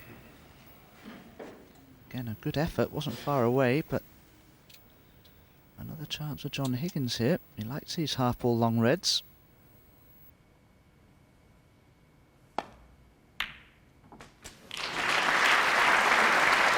One. Like that one as well. Now he has a good angle here, John, on the green to try and split that bunch of reds open. The problem is that pink could be in the way, but if he was to cannon the pink full ball, the pink would open the reds for him. It's something he's going to have to attempt, I feel.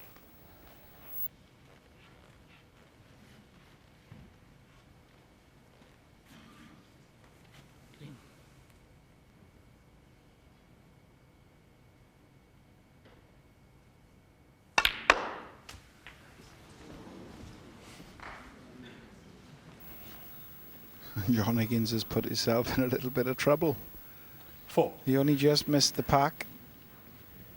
He might be able to get to this edge of the red with the way he's lining up.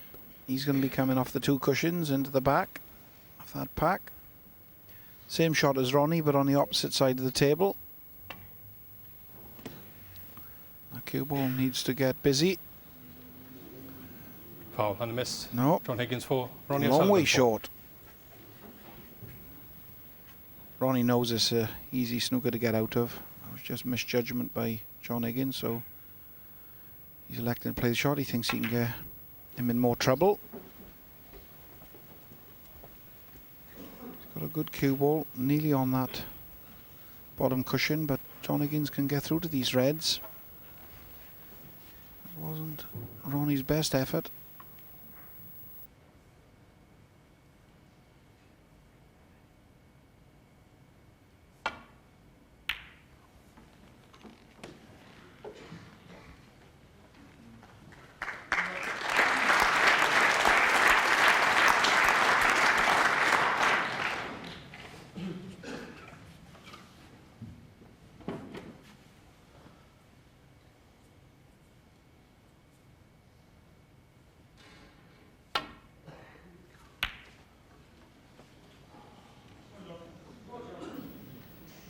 Caught that one much too thick and hasn't got away with it.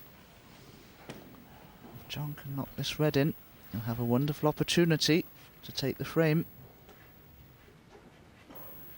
The way he queued up, Dom, you'd have swore he was playing for the one on the edge of that cluster of reds. 1. It's gone. John Higgins have safely negotiated that red to right centre. He's nicely on the brown. He's got a perfect angle to go into these reds again, but there are two loose ones just Brown. below the pink and to the right.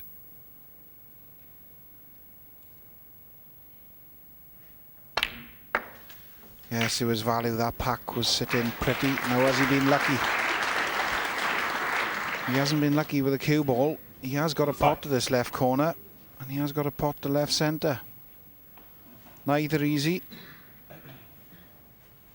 Probably red to left centre would guarantee him being on the colour. The pink.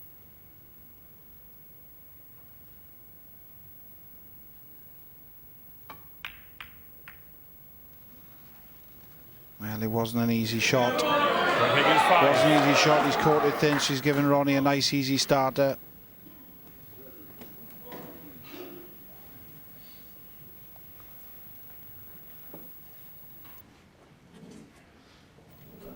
Yes, he was unlucky there, John, not to have an easier red on. And he wasn't 100% sure that he cannon the second red. Ideally, to leave himself on the pink into the same pocket. And, wow, what a great chance this is for Ronnie. Came to the table, 24 points in arrears. That could soon be diminished here. 7. With the reds placed the way they are.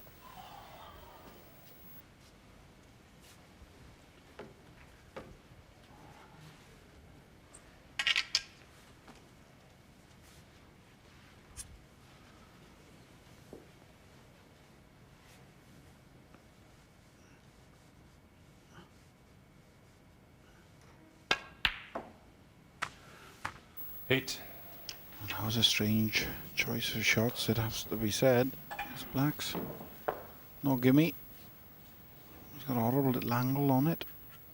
Right, he has got the red on the left centre that guarantees him position. But for him to see that, he's going to have to play this with a little bit of pace. And he made that black look very easy. He's on the red to centre. 15.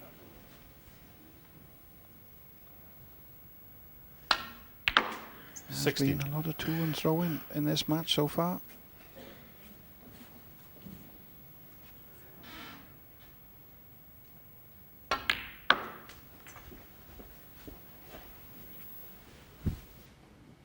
$21. 22.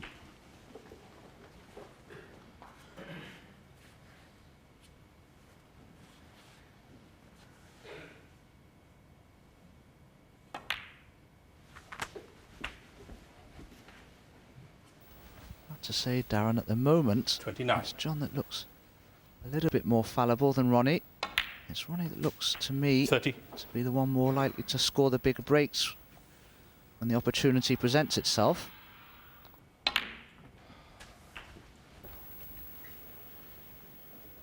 Well, there's nothing wrong with his scoring game. He's first one to admit 37. that.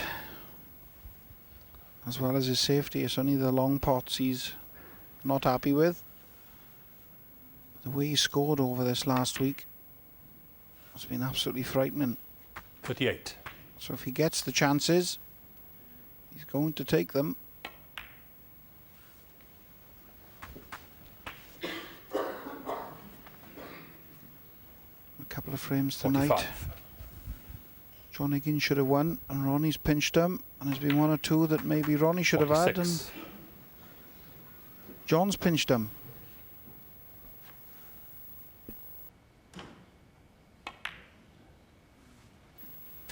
On reflection at the moment, I'd say it's a fair score. 53.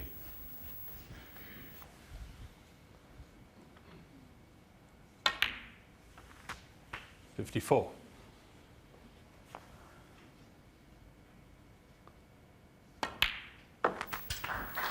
Here's John Higgins requiring snookers again. 60. 6 ahead with 35 on the table, and there's no way he's going to miss the 61. red.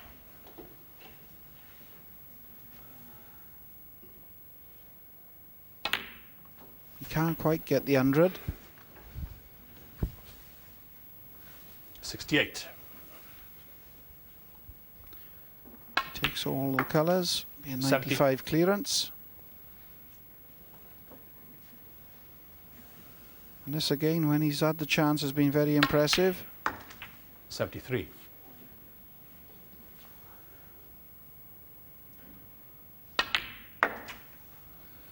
77.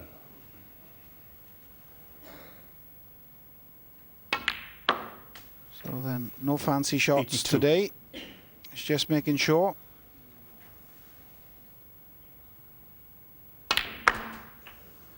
Well, I say that, and he's played the fancy one. 88. And he's got the crowd something to shout about.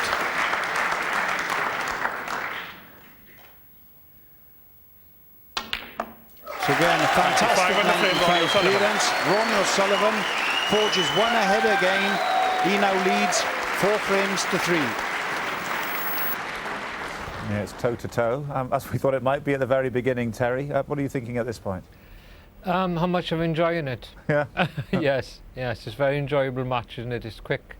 There's a lot of good stuff in it. There's a few misses here and there, but in general the standard is very high. And of course these are the 2 players at the top of the rankings provisionally for next season. John Higgins a little way in front at the moment, and I suppose that a mark of how well he's played, not only over the last 12 months, but especially really the season before. Yes, it's a 2-year ranking list, but I think Ronnie can pass him if John doesn't do too well in China and the world, but it's doubtful. I think John's well in front, but of course they'd be seeded to meet each other in the final of the World Championship, so that's why these matches take a little bit more importance with the top 2 players. There's always that edge, try and get one up on the other one, you know. It's especially if they've met in every ranking event this season, which they have. Right. It's unusual because it's when you sometimes, you know, when there's another defending champion from the previous year, the seedings change and they don't have to play each other, but this year it hasn't happened. Not musical chairs here, is it? When the music stops, we'll see who's in front. It's a little bit like Something that. Like that, yes. It's interesting to watch Sullivan queuing here tonight. He's queuing a little differently. He's got Frank Addison with him, his coach here, that he hasn't been with him for a little while, and he likes to tinker with a few things wrong. He says he doesn't, but he does. Thank you, frame 8. John Higgins to break.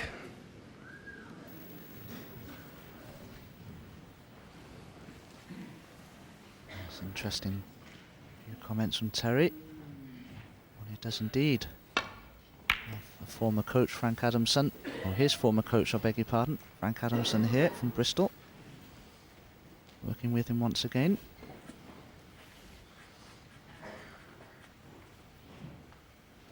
Worked with a lot of players, Frank Adamson, over the years. Remember, great pop from Ronnie.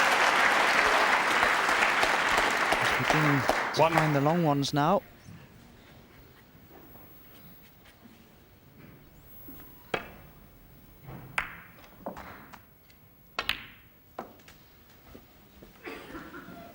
Beginning to look increasingly more confident amongst the balls. 4. And I think he feels right now that he's got John Higgins just where he wants him. 5.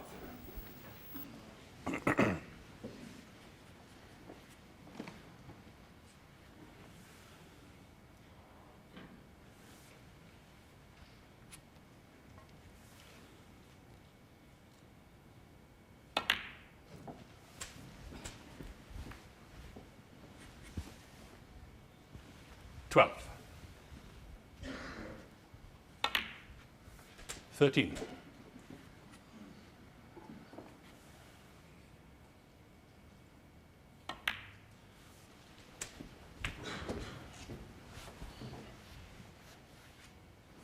20.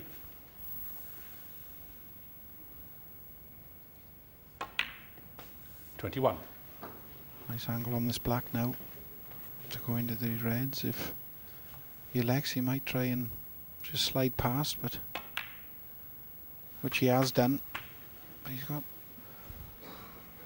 after this red, 2 more in the open, then he's going to have to go into this cluster. The pink is sitting perfect to go into him from the blue and get a full ball contact on the pink.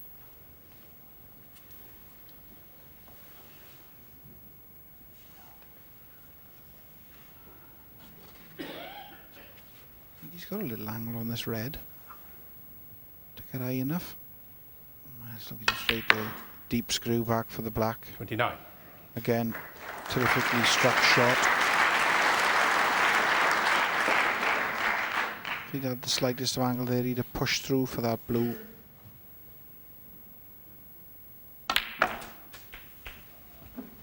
So after this red, one more, and then he's going to have to develop.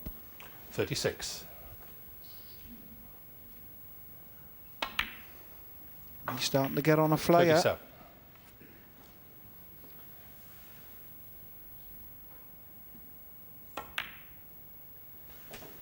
And he's left himself purposely an angle on this red, in potting this red. He will disturb 44. this pack. Just got to be lucky on landing on a colour. And he's not. He's played the run through. It 45. looked like it was a little bit too much of an angle with that one. I thought he'd have played that with bottom, Dom. Yes, or with a lot more speed, playing it with topspin the way he did. Seemed to Green jam ball. against one of the reds there, and the cue ball didn't go anywhere.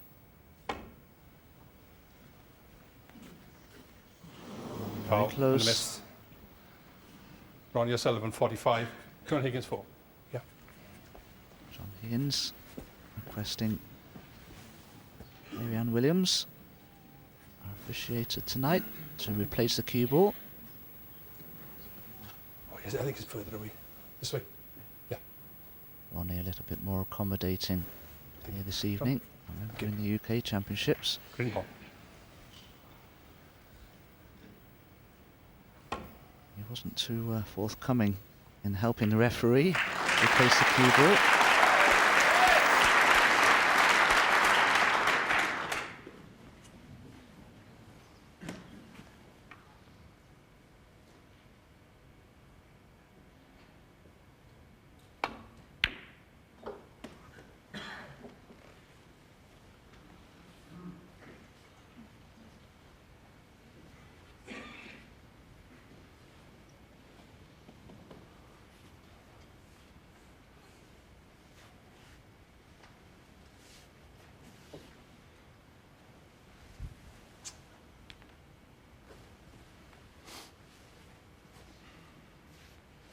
Well, I'm right down the line of this, and Ronnie can only hit one red, the one that's near that left-hand side cushion.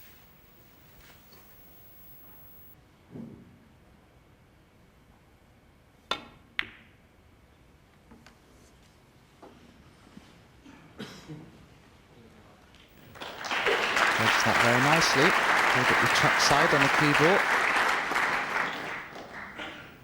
And John Higgins comes to the table. He's 41 points behind in this frame, and he's under a lot of pressure here. Neither player so far has managed to eke out a two-frame lead. Ronnie O'Sullivan is looking good at the moment to do just that. He needs that cue ball to hit something. But he might just have gone far enough to block this path to left corner. Well, he's very fortunate there, because that looked like Ronnie was going to get a reasonable starter.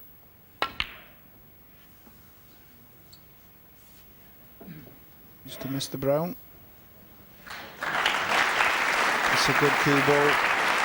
He's blocked the path to the left side. And I'm not sure, he might be able to hit the red sticking out just past the blue on the right. You can see that's a fine one, that is. I think he can just get to it. He's got to be careful of the in-off. He's close to the corner pocket, but it's a well-played shot.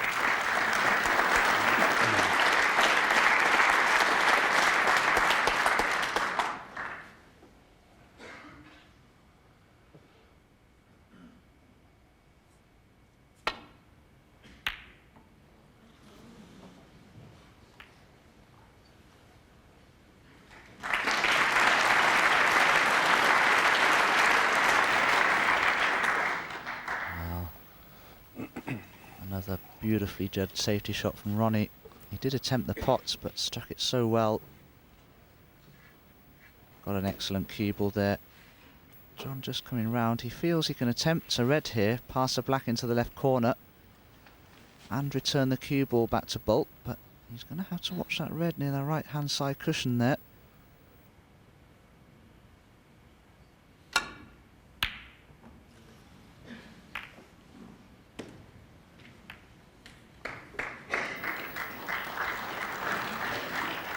That was good.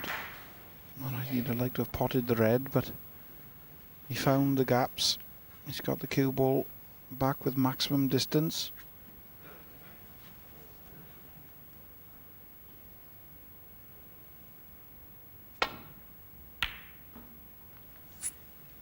A little bit pacey, this one. And you would have to say Ronnie O'Sullivan's safety has improved dramatically over the years. And obviously we all remember he did have Ray Raiden in his corner for a couple of seasons. I think back when he won his last World Championship. And that will have been an invaluable experience, spending time with the legend of Welsh snooker, Mr. Reedon.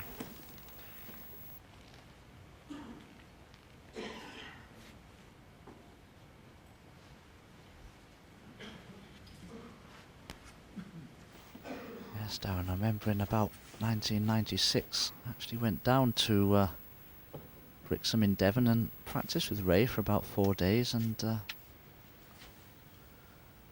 had some very interesting chats with him too. And I can assure you he's very, very good at working out an opponent's weaknesses. He studies his opponent's play whilst playing him, and just finds out little things whilst playing that match that he can use to his advantage.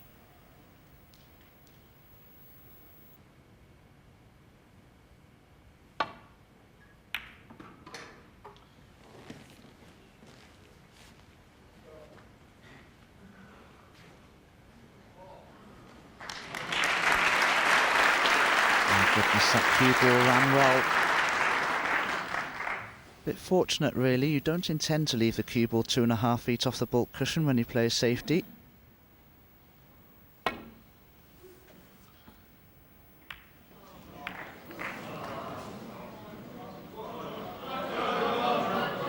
quite manage the glancing escape there, Ronnie. Wanted a slightly thicker contact to take the cue ball past the pink.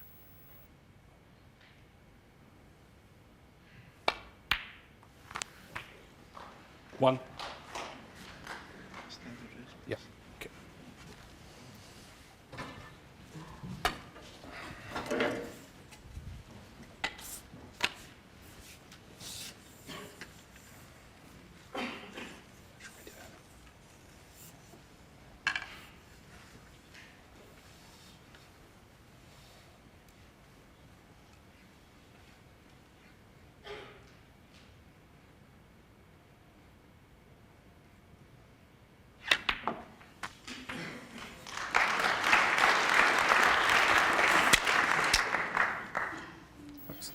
Confident shot played there. Nicely on the red. Just one red sitting in an awkward position on that right cushion.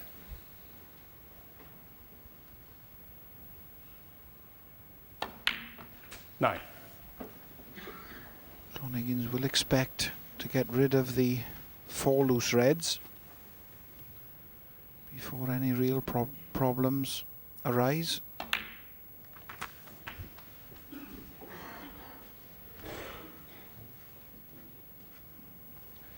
$16.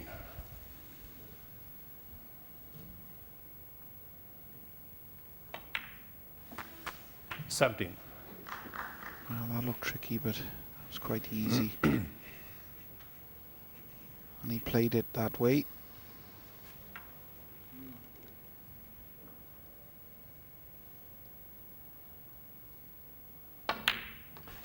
Well, he did put all his eggs in one basket there, and he tried to move that difficult red off the right side cushion, but now 24. if he wants to continue this break, He's going to have to slot in a real cracker. But he did have a good angle, and he was only a fraction away getting a full ball contact.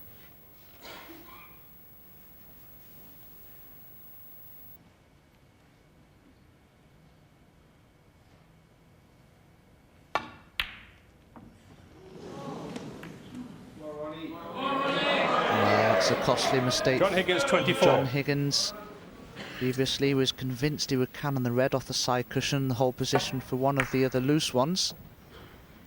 Felt compelled to have a punt at that one. He's missed it, made a mess of the cue ball. And that must be considered a huge let-off for John Higgins. That, from Ronnie O'Sullivan's point of view, should have been frame over. And that's probably the first really easy ball of this match that Ronnie O'Sullivan has missed. And don't get me wrong, this is no gimme for John Higgins.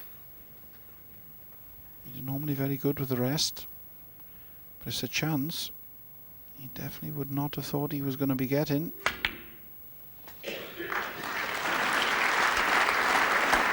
One.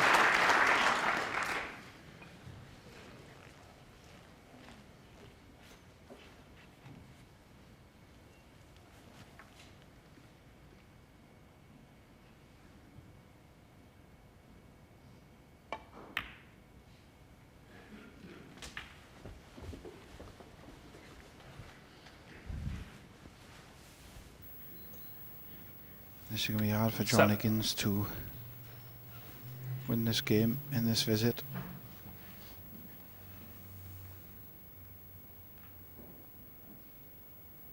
But if he could, 8. they say about turning points in matches. It wasn't long ago it was looking like Ronnie O'Sullivan might be the first to go 2 frames ahead in this match at 5-3. This will be a big body blow to him if John Higgins can level up at 4 apiece. 14. He doesn't look too bothered there, does he?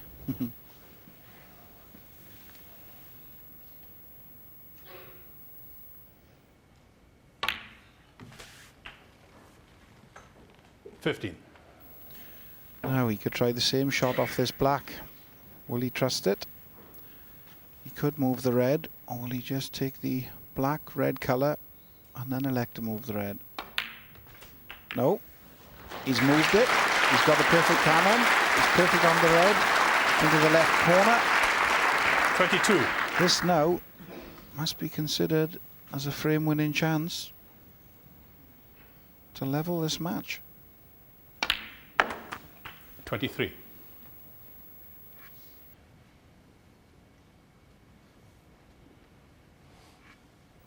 Yes, it was a perfectly played cannon from John Higgins. Developed the red beautifully. And from Ronnie O'Sullivan's point of view, the only potential stumbling block could be that green. But it's not 29. too difficult where it is. Brown in close proximity to it. 30.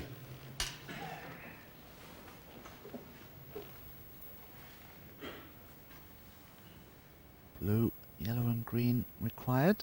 So level this match up once again. 35.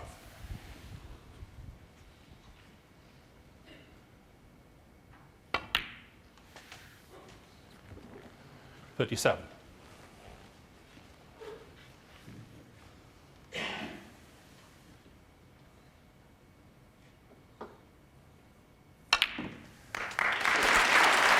40.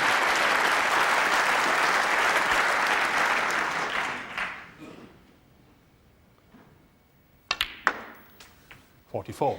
Didn't need to play the green quite so hard for perfect position on the brown. It was frame ball. 49. Played it well in any case. And Ronnie O'Sullivan in your picture there knows he had a golden chance for 5-3. 55. But with that pink and that 55 John break from John Higgins, He mounts a comeback, he levels his match up once again. It's 4 frames all. And Ronnie will have the ball in his hand to break off in just a moment. So let's take a closer look, Terry, at something that the boys were discussing there and the problems that Ronnie's had breaking off. This is frame 5, left-handed, and he leaves it open.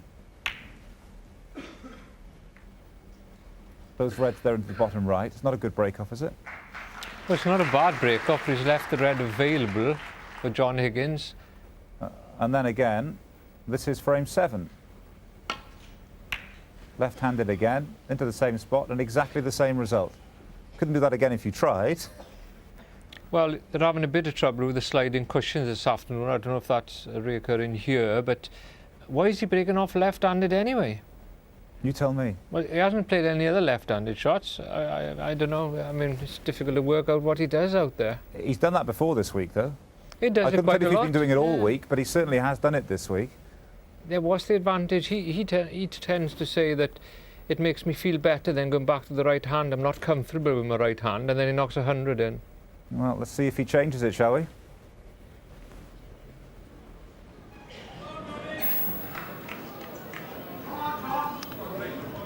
See you, then, frame 9. Ronnie as we O'Sullivan to start break. this 9th frame, nothing to part these pair. It's been tip and tap, back and forth.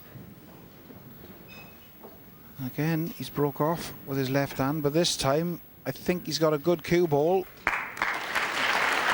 And for the first time this week, I don't think John Higgins can get this one on the right, but I think he can get to the one on the left. Well, okay, I fooled you all. He played safe, so we'll give him the benefit of the doubt with that one.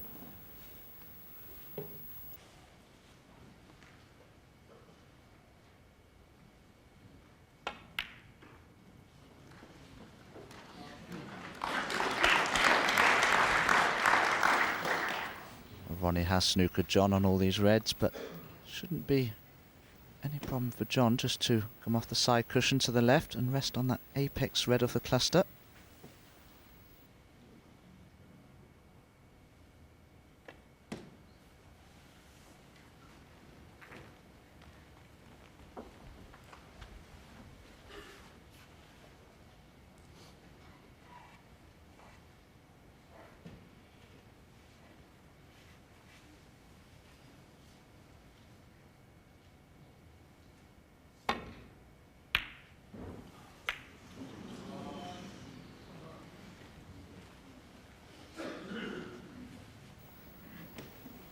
Ronnie's made a bit of a hash of that one. Didn't intend, of course, to double kiss the red. It could have gone wrong. I'm not sure if John will attempt to cut this red back. It's a very thin one. I think he's more interested in sending it back down the table. Playing a good safety shot instead.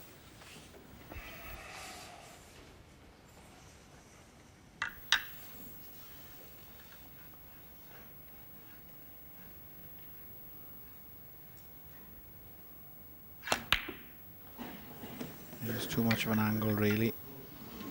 It's got a good cue ball. He's going to let Ronnie O'Sullivan play the risky ones.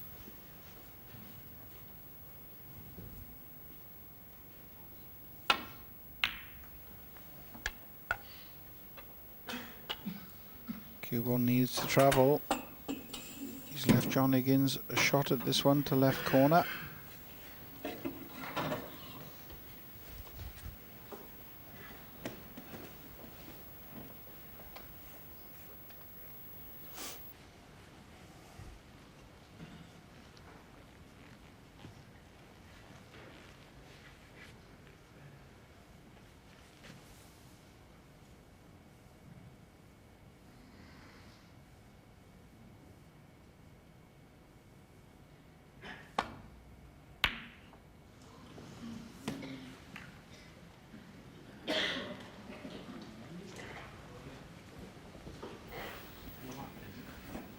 I'm not quite sure how John expected to be on a colour there.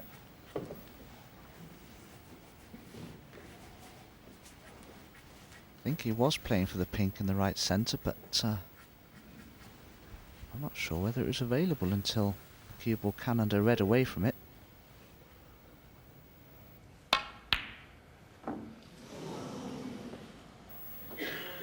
Again, close with that long pot or mid-distance pot.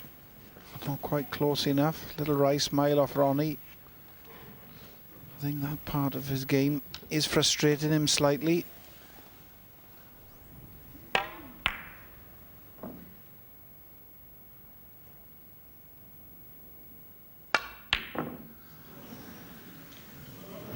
Has he fluked it? He has. So it's all changing. I mean, he missed that. And he gave it a good whack.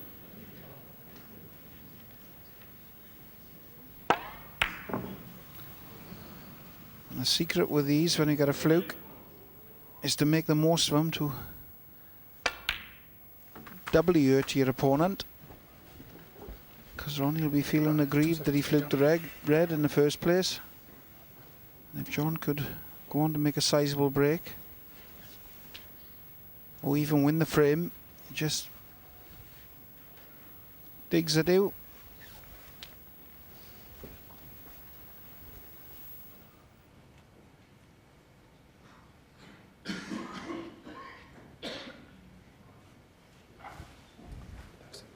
Seven.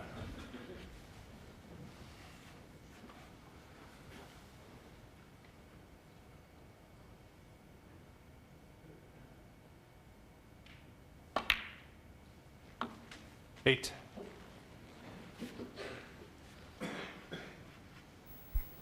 Good angle here on the blue to take the cue ball into the cluster and open something up. Would like to free the black if possible. Well, that hasn't happened. Is he on a red? He's got one into the left corner, but 13. could have been on something a little more enticing.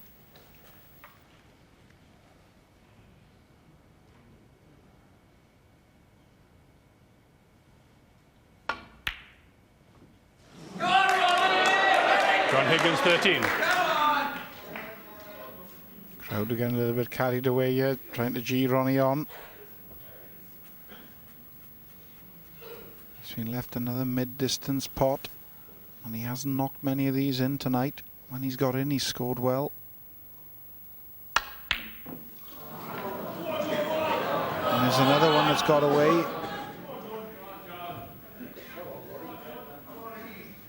So suddenly, within the last 25 minutes, we've seen him queuing like a dream. So he's struggling now to pot anything. And this is encouraging signs for John Higgins.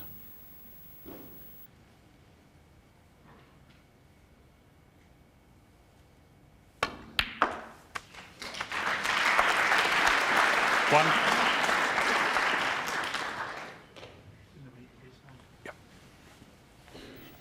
Yes, Darren, I think Ronnie feels he should have won the preceding frame and been 5-3 in the lead in this match. But the reality is it's 4-all and he's under pressure just the same as his opponent is.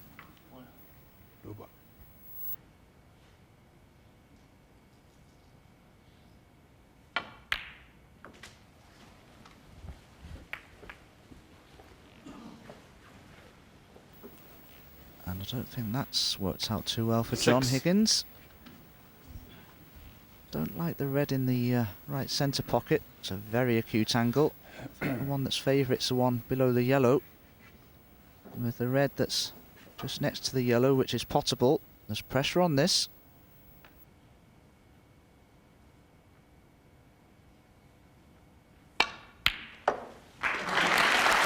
Seven.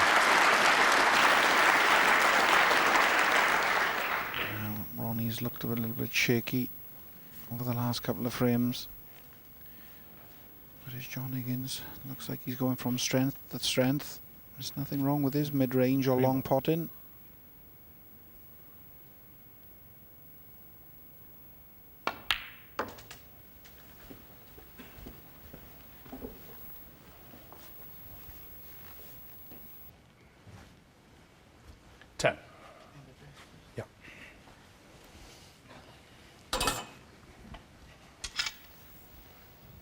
Just have a look at John's arm here as he locks his elbow. I'm sure there's a shake there.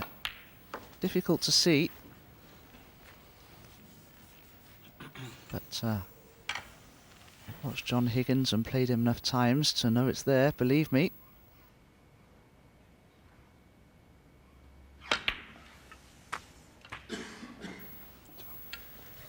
Yes, Dominic, but one thing's for certain. 11. It doesn't have any kind of adverse effect on the way he pushes the cue through. He still delivers it in a perfectly straight line. And he is getting older, I'm afraid, like us all. 16.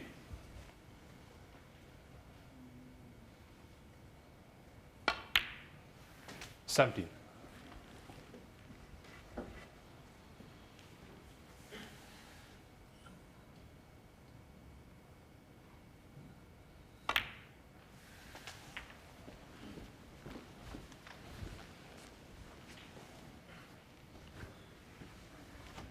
$19. That seemed to be a lusty bounce off the side cushion. Came off a little bit more squarely because of that as well, which has left John with an awkward angle on this red. He's got some work to do here to get back on the blue. Black and pink, of course, tied up. And if he does need to play this with the rest, he'll do well to get the right side of the blue here.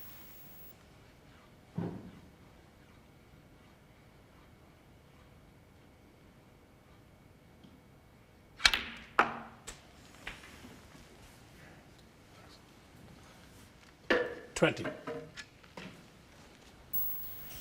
The only thing I can think of there is he thought he was going to be cannoning the red to the left of the pink. Because that was a real misjudgment.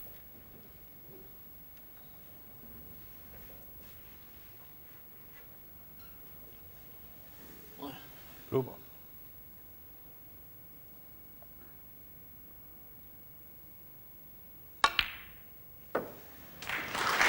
No, he's still playing positively, and that again was a very crisp shot. 25. Just a safety now.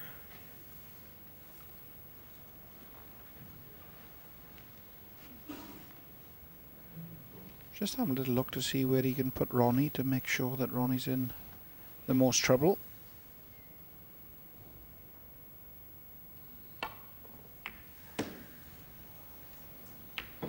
John Higgins, 25. That was misjudged. He wanted to miss that green. She's given Ronnie a very easy safety.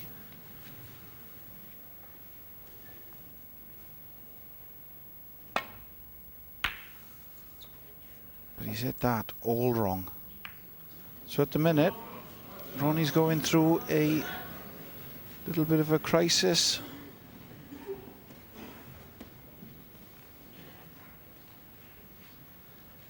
He's played a couple of bad shots on the trot.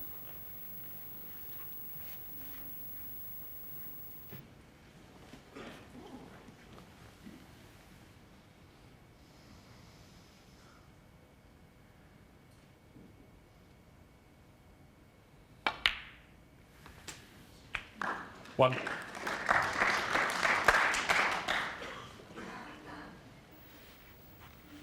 Yes, Ronnie O'Sullivan seems to have lost some of his confidence from earlier on in this match, and he's going to have to start doing something to get it back. John Higgins, meanwhile, is looking better and better. Trouble.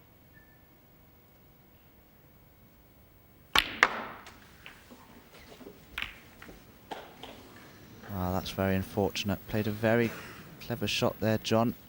Tried 5. to cannon the four reds and the pink, which he did. Couldn't really have expected to play it much better than that. Was just a little unfortunate with the outcome.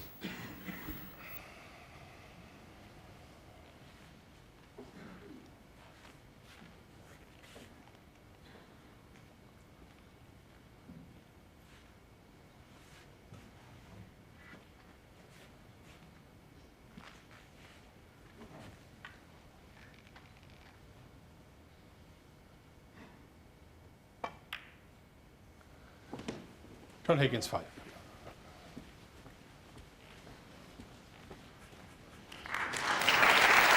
Perfectly played shot. Put another red safe to the right. Full ball snookered, Ronnie, on everything.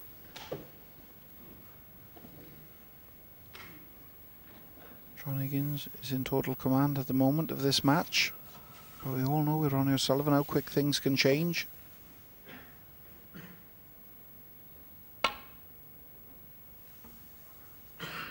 Foul and miss. Close, but not quite close enough. John Higgins. I'm not a big fan of this two-cushion thin snick off the reds. But all the professionals these days choose to play it.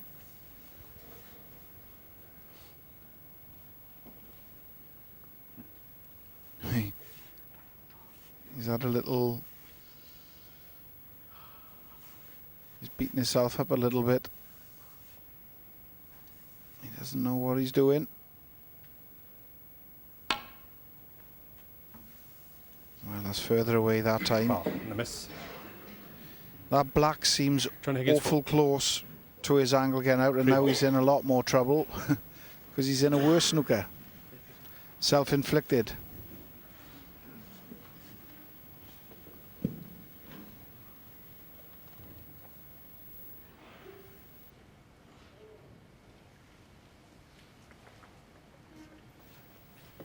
Well, when Ronnie does hit a red, he needs to generate some pace from it, so the cue ball has a chance to escape for safety.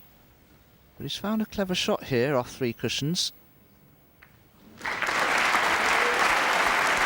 needed to hit that first red a fraction fuller to block the 3 reds around the black spot area for John. As it is, the top one will pot.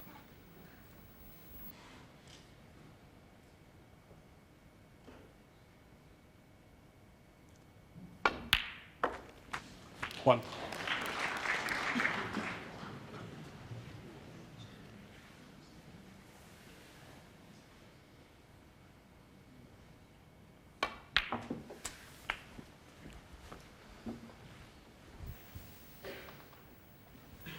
Seven. Well, John's previous good safety could prove to be the frame winner for him here. Just red and a colour needed. 8. Actually, we will need one more red, but considering the position of the 2 around the black spot, I'm sure it won't pose a problem. Goodness me. Nearly missed the black. 15.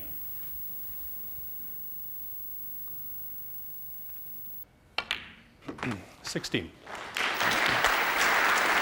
It's been a great match this evening. This has probably been the scrappiest frame.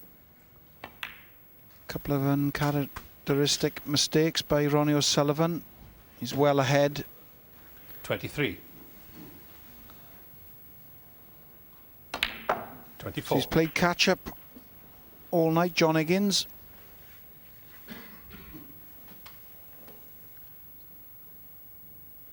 In winning this frame. This is the second time in this match that he's gone ahead. 30. Big frame for Ronnie now next to stay in this match and keep his hopes alive. 30 and the frame. Ronnie concedes frame. There's John Higgins, now leads 5 frames to 4.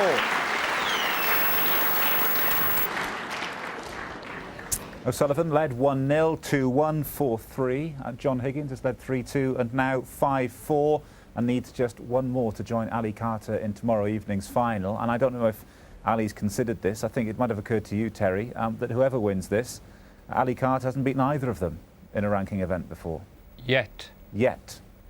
Thank you. There we are. Coach's job done, in case Ali's watching. But what about this match here? Higgins coming out on top there. Again, it might have gone either way. But Ronnie's having trouble, isn't he, with his long potting? And worse to follow, Higgins then knocked a good long pot in. That hurts you more then, and it's a good time to go ahead. It's a problem that he's had, not just this week, but this season, isn't it, with the long pots? And you get the feeling that that's really niggling Ronnie. There's no doubt about that, yes. I mean, it's a bit like a the putters in golf, you know, the golf profession think it's all about putting, and the top profession thinks it's all about long potting. It's not quite right, but no, he's struggling with it. 27% is success rate over long pots. That compares to 67% for Higgins, who's in at about 2/3, and that's decent, isn't it? 2/3. That's very for long good. pots? 2/3, yes. 27 is not great, shall we say? Yeah. How's that affecting the way that Ronnie's playing then? Well, I mean, when he gets in the balls, he just looks dynamite. I mean, against Mark Allen, his long potting improved a lot, but then it goes again, and then it's all about confidence. He's going down there not thinking he's going to pot it before he even hits the ball. If there is a player in the world who can come out and win 2 frames in 10 minutes and put himself into the final, it's Ronnie O'Sullivan, isn't it? I think those roars mean that John Higgins is back at the table to break off, so let's rejoin Dominic and Darren. Thank you, Ollie. John Higgins breaks off for this 10th frame. Good time to regain the lead at 5 frames to 4 after previously leading 3-2. Finds himself 1 up with 2 to play. And that's not the best break, because he has given Ronnie this red to right centre. But he's overcut that. At the moment, you would have to say Ronnie O'Sullivan has gone a little.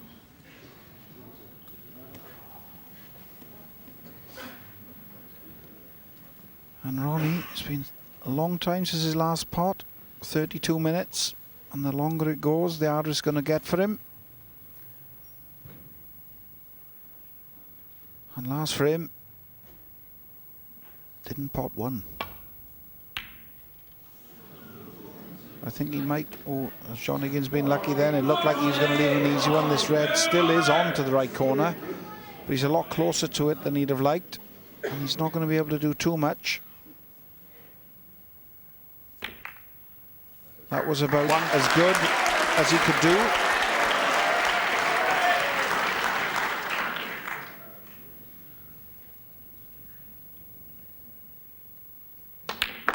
Big effort needed now. And he hasn't played a great shot there. 8. He's played to slide past the red. No kick there. Just hit it all wrong.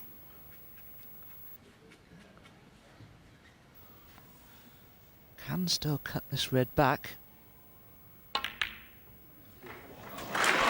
There's the white ball.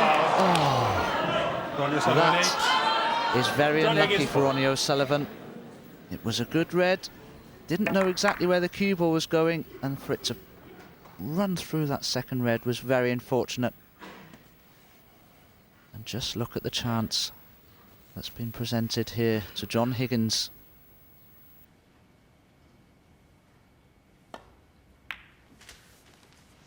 One. You just can't believe it, can you, Dominic? The genius that Ronnie O'Sullivan is, and the way he plays in all these events. How he's not winning majority of the tournaments he plays in, but for how good he is and how well he plays, he should be winning a lot more.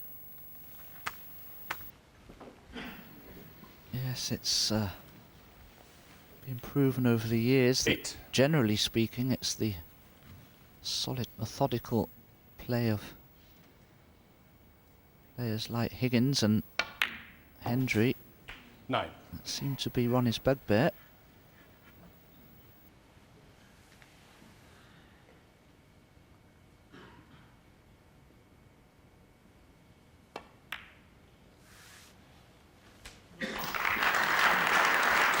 Nicely played on this red. 16. I think we'll see him get an angle here, either on black or blue. He has got the one to the left of the yellow, but he'll want to go into this cluster as soon as possible. So he's get the 70. angle on the blue. We'll see him go into him this time. And if this goes right, he could have done with a couple of inches more on that cue ball. He's still got a tidy angle to go into this cluster. Well, he couldn't have hit that any better. Now, if he's on a red to left corner, this could be the end for Ronnie O'Sullivan. 22. He's played them shots well all night.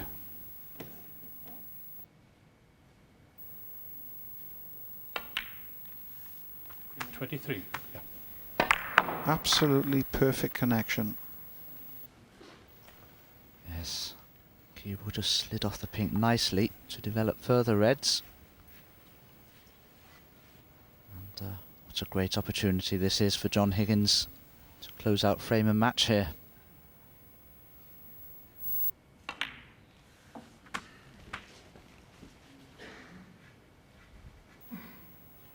And has that man in your 30. picture played his final shot in the 2010 Welsh Open? 31. I can assure you he'll think he has.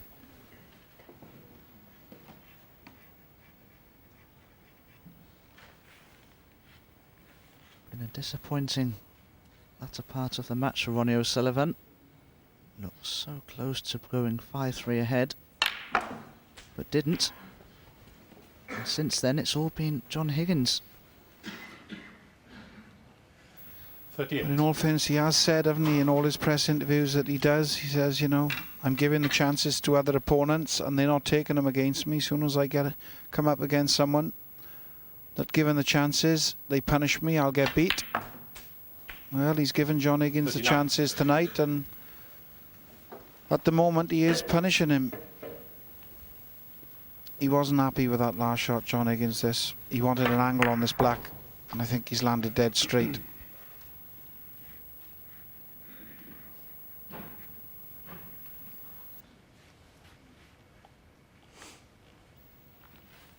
Oh, he is straight. I don't think he'll be attempting to go into the cluster of reds here. I think he'll leave himself a long red near the yellow. Or maybe one into the yellow pocket. Doesn't look as though that red 46. pots, but John has certainly played for it. The one that's furthest right of that cluster will pot into the yellow pocket past the other red. Big shot this. It's there. 47.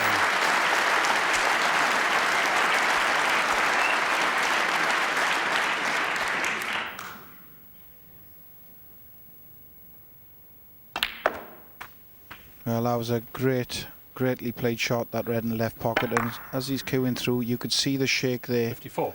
on his backhand, but obviously it's something now he might not even be aware of it, but it certainly doesn't affect him in any shape nor form. It was a cracker of a pot.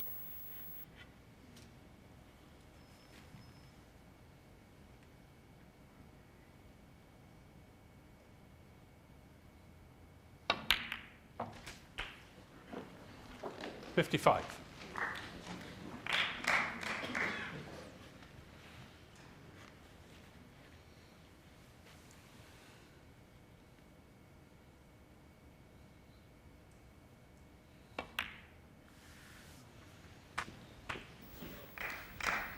Actually, unless my eyes deceive me, I'm sure I can see John's 62. head shaking as well.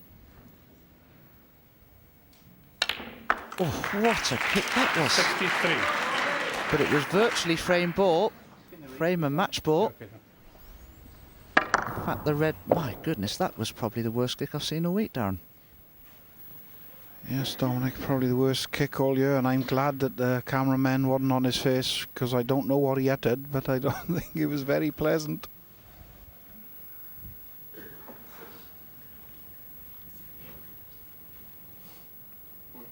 Blue ball. Very close to the winning line.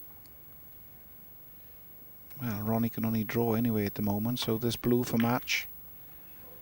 And he's just made sure of it. It's gone in, so Ronnie does require snookers. 68.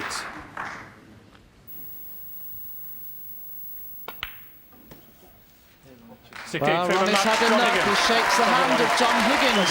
It's John Higgins who books his place in tomorrow's final, where he'll play the defending champion, Ali Carter. John Higgins, a resolute performance. He wins. He defeats John Higgins, I beg your pardon, Ronnie O'Sullivan, by 6 frames to 4. and congratulations to John Higgins through to the final then. Up against Ali Carter, they're head-to-head incidentally. Higgins has won all 4 of their meetings to date in ranking events, but not for 7 years, their last meeting here in 2003. And Ali Carter's a very different player now to what he was in 2003. We'll come on to that, Terry. First of all, how did John Higgins do it? I think what Darren Morgan was saying there was correct, you know. I mean, Ronnie's been saying he hasn't been at his best this week and he's making too many mistakes, and against the better players he'd be punished, and he was here. But I thought he played very well against Mark Allen, but he didn't reproduce that form here against John Higgins. But that's partly because John Higgins probably played better than Mark Allen and kept the pressure on. Without scoring particularly heavily, he had that one big 100, the 138, but otherwise it was that 68 to win it, a couple of 50s, a couple of 40s. He wasn't in the big break-building form that we've seen earlier in the week when he was coming out to mop up against Dott and against Selby, was he?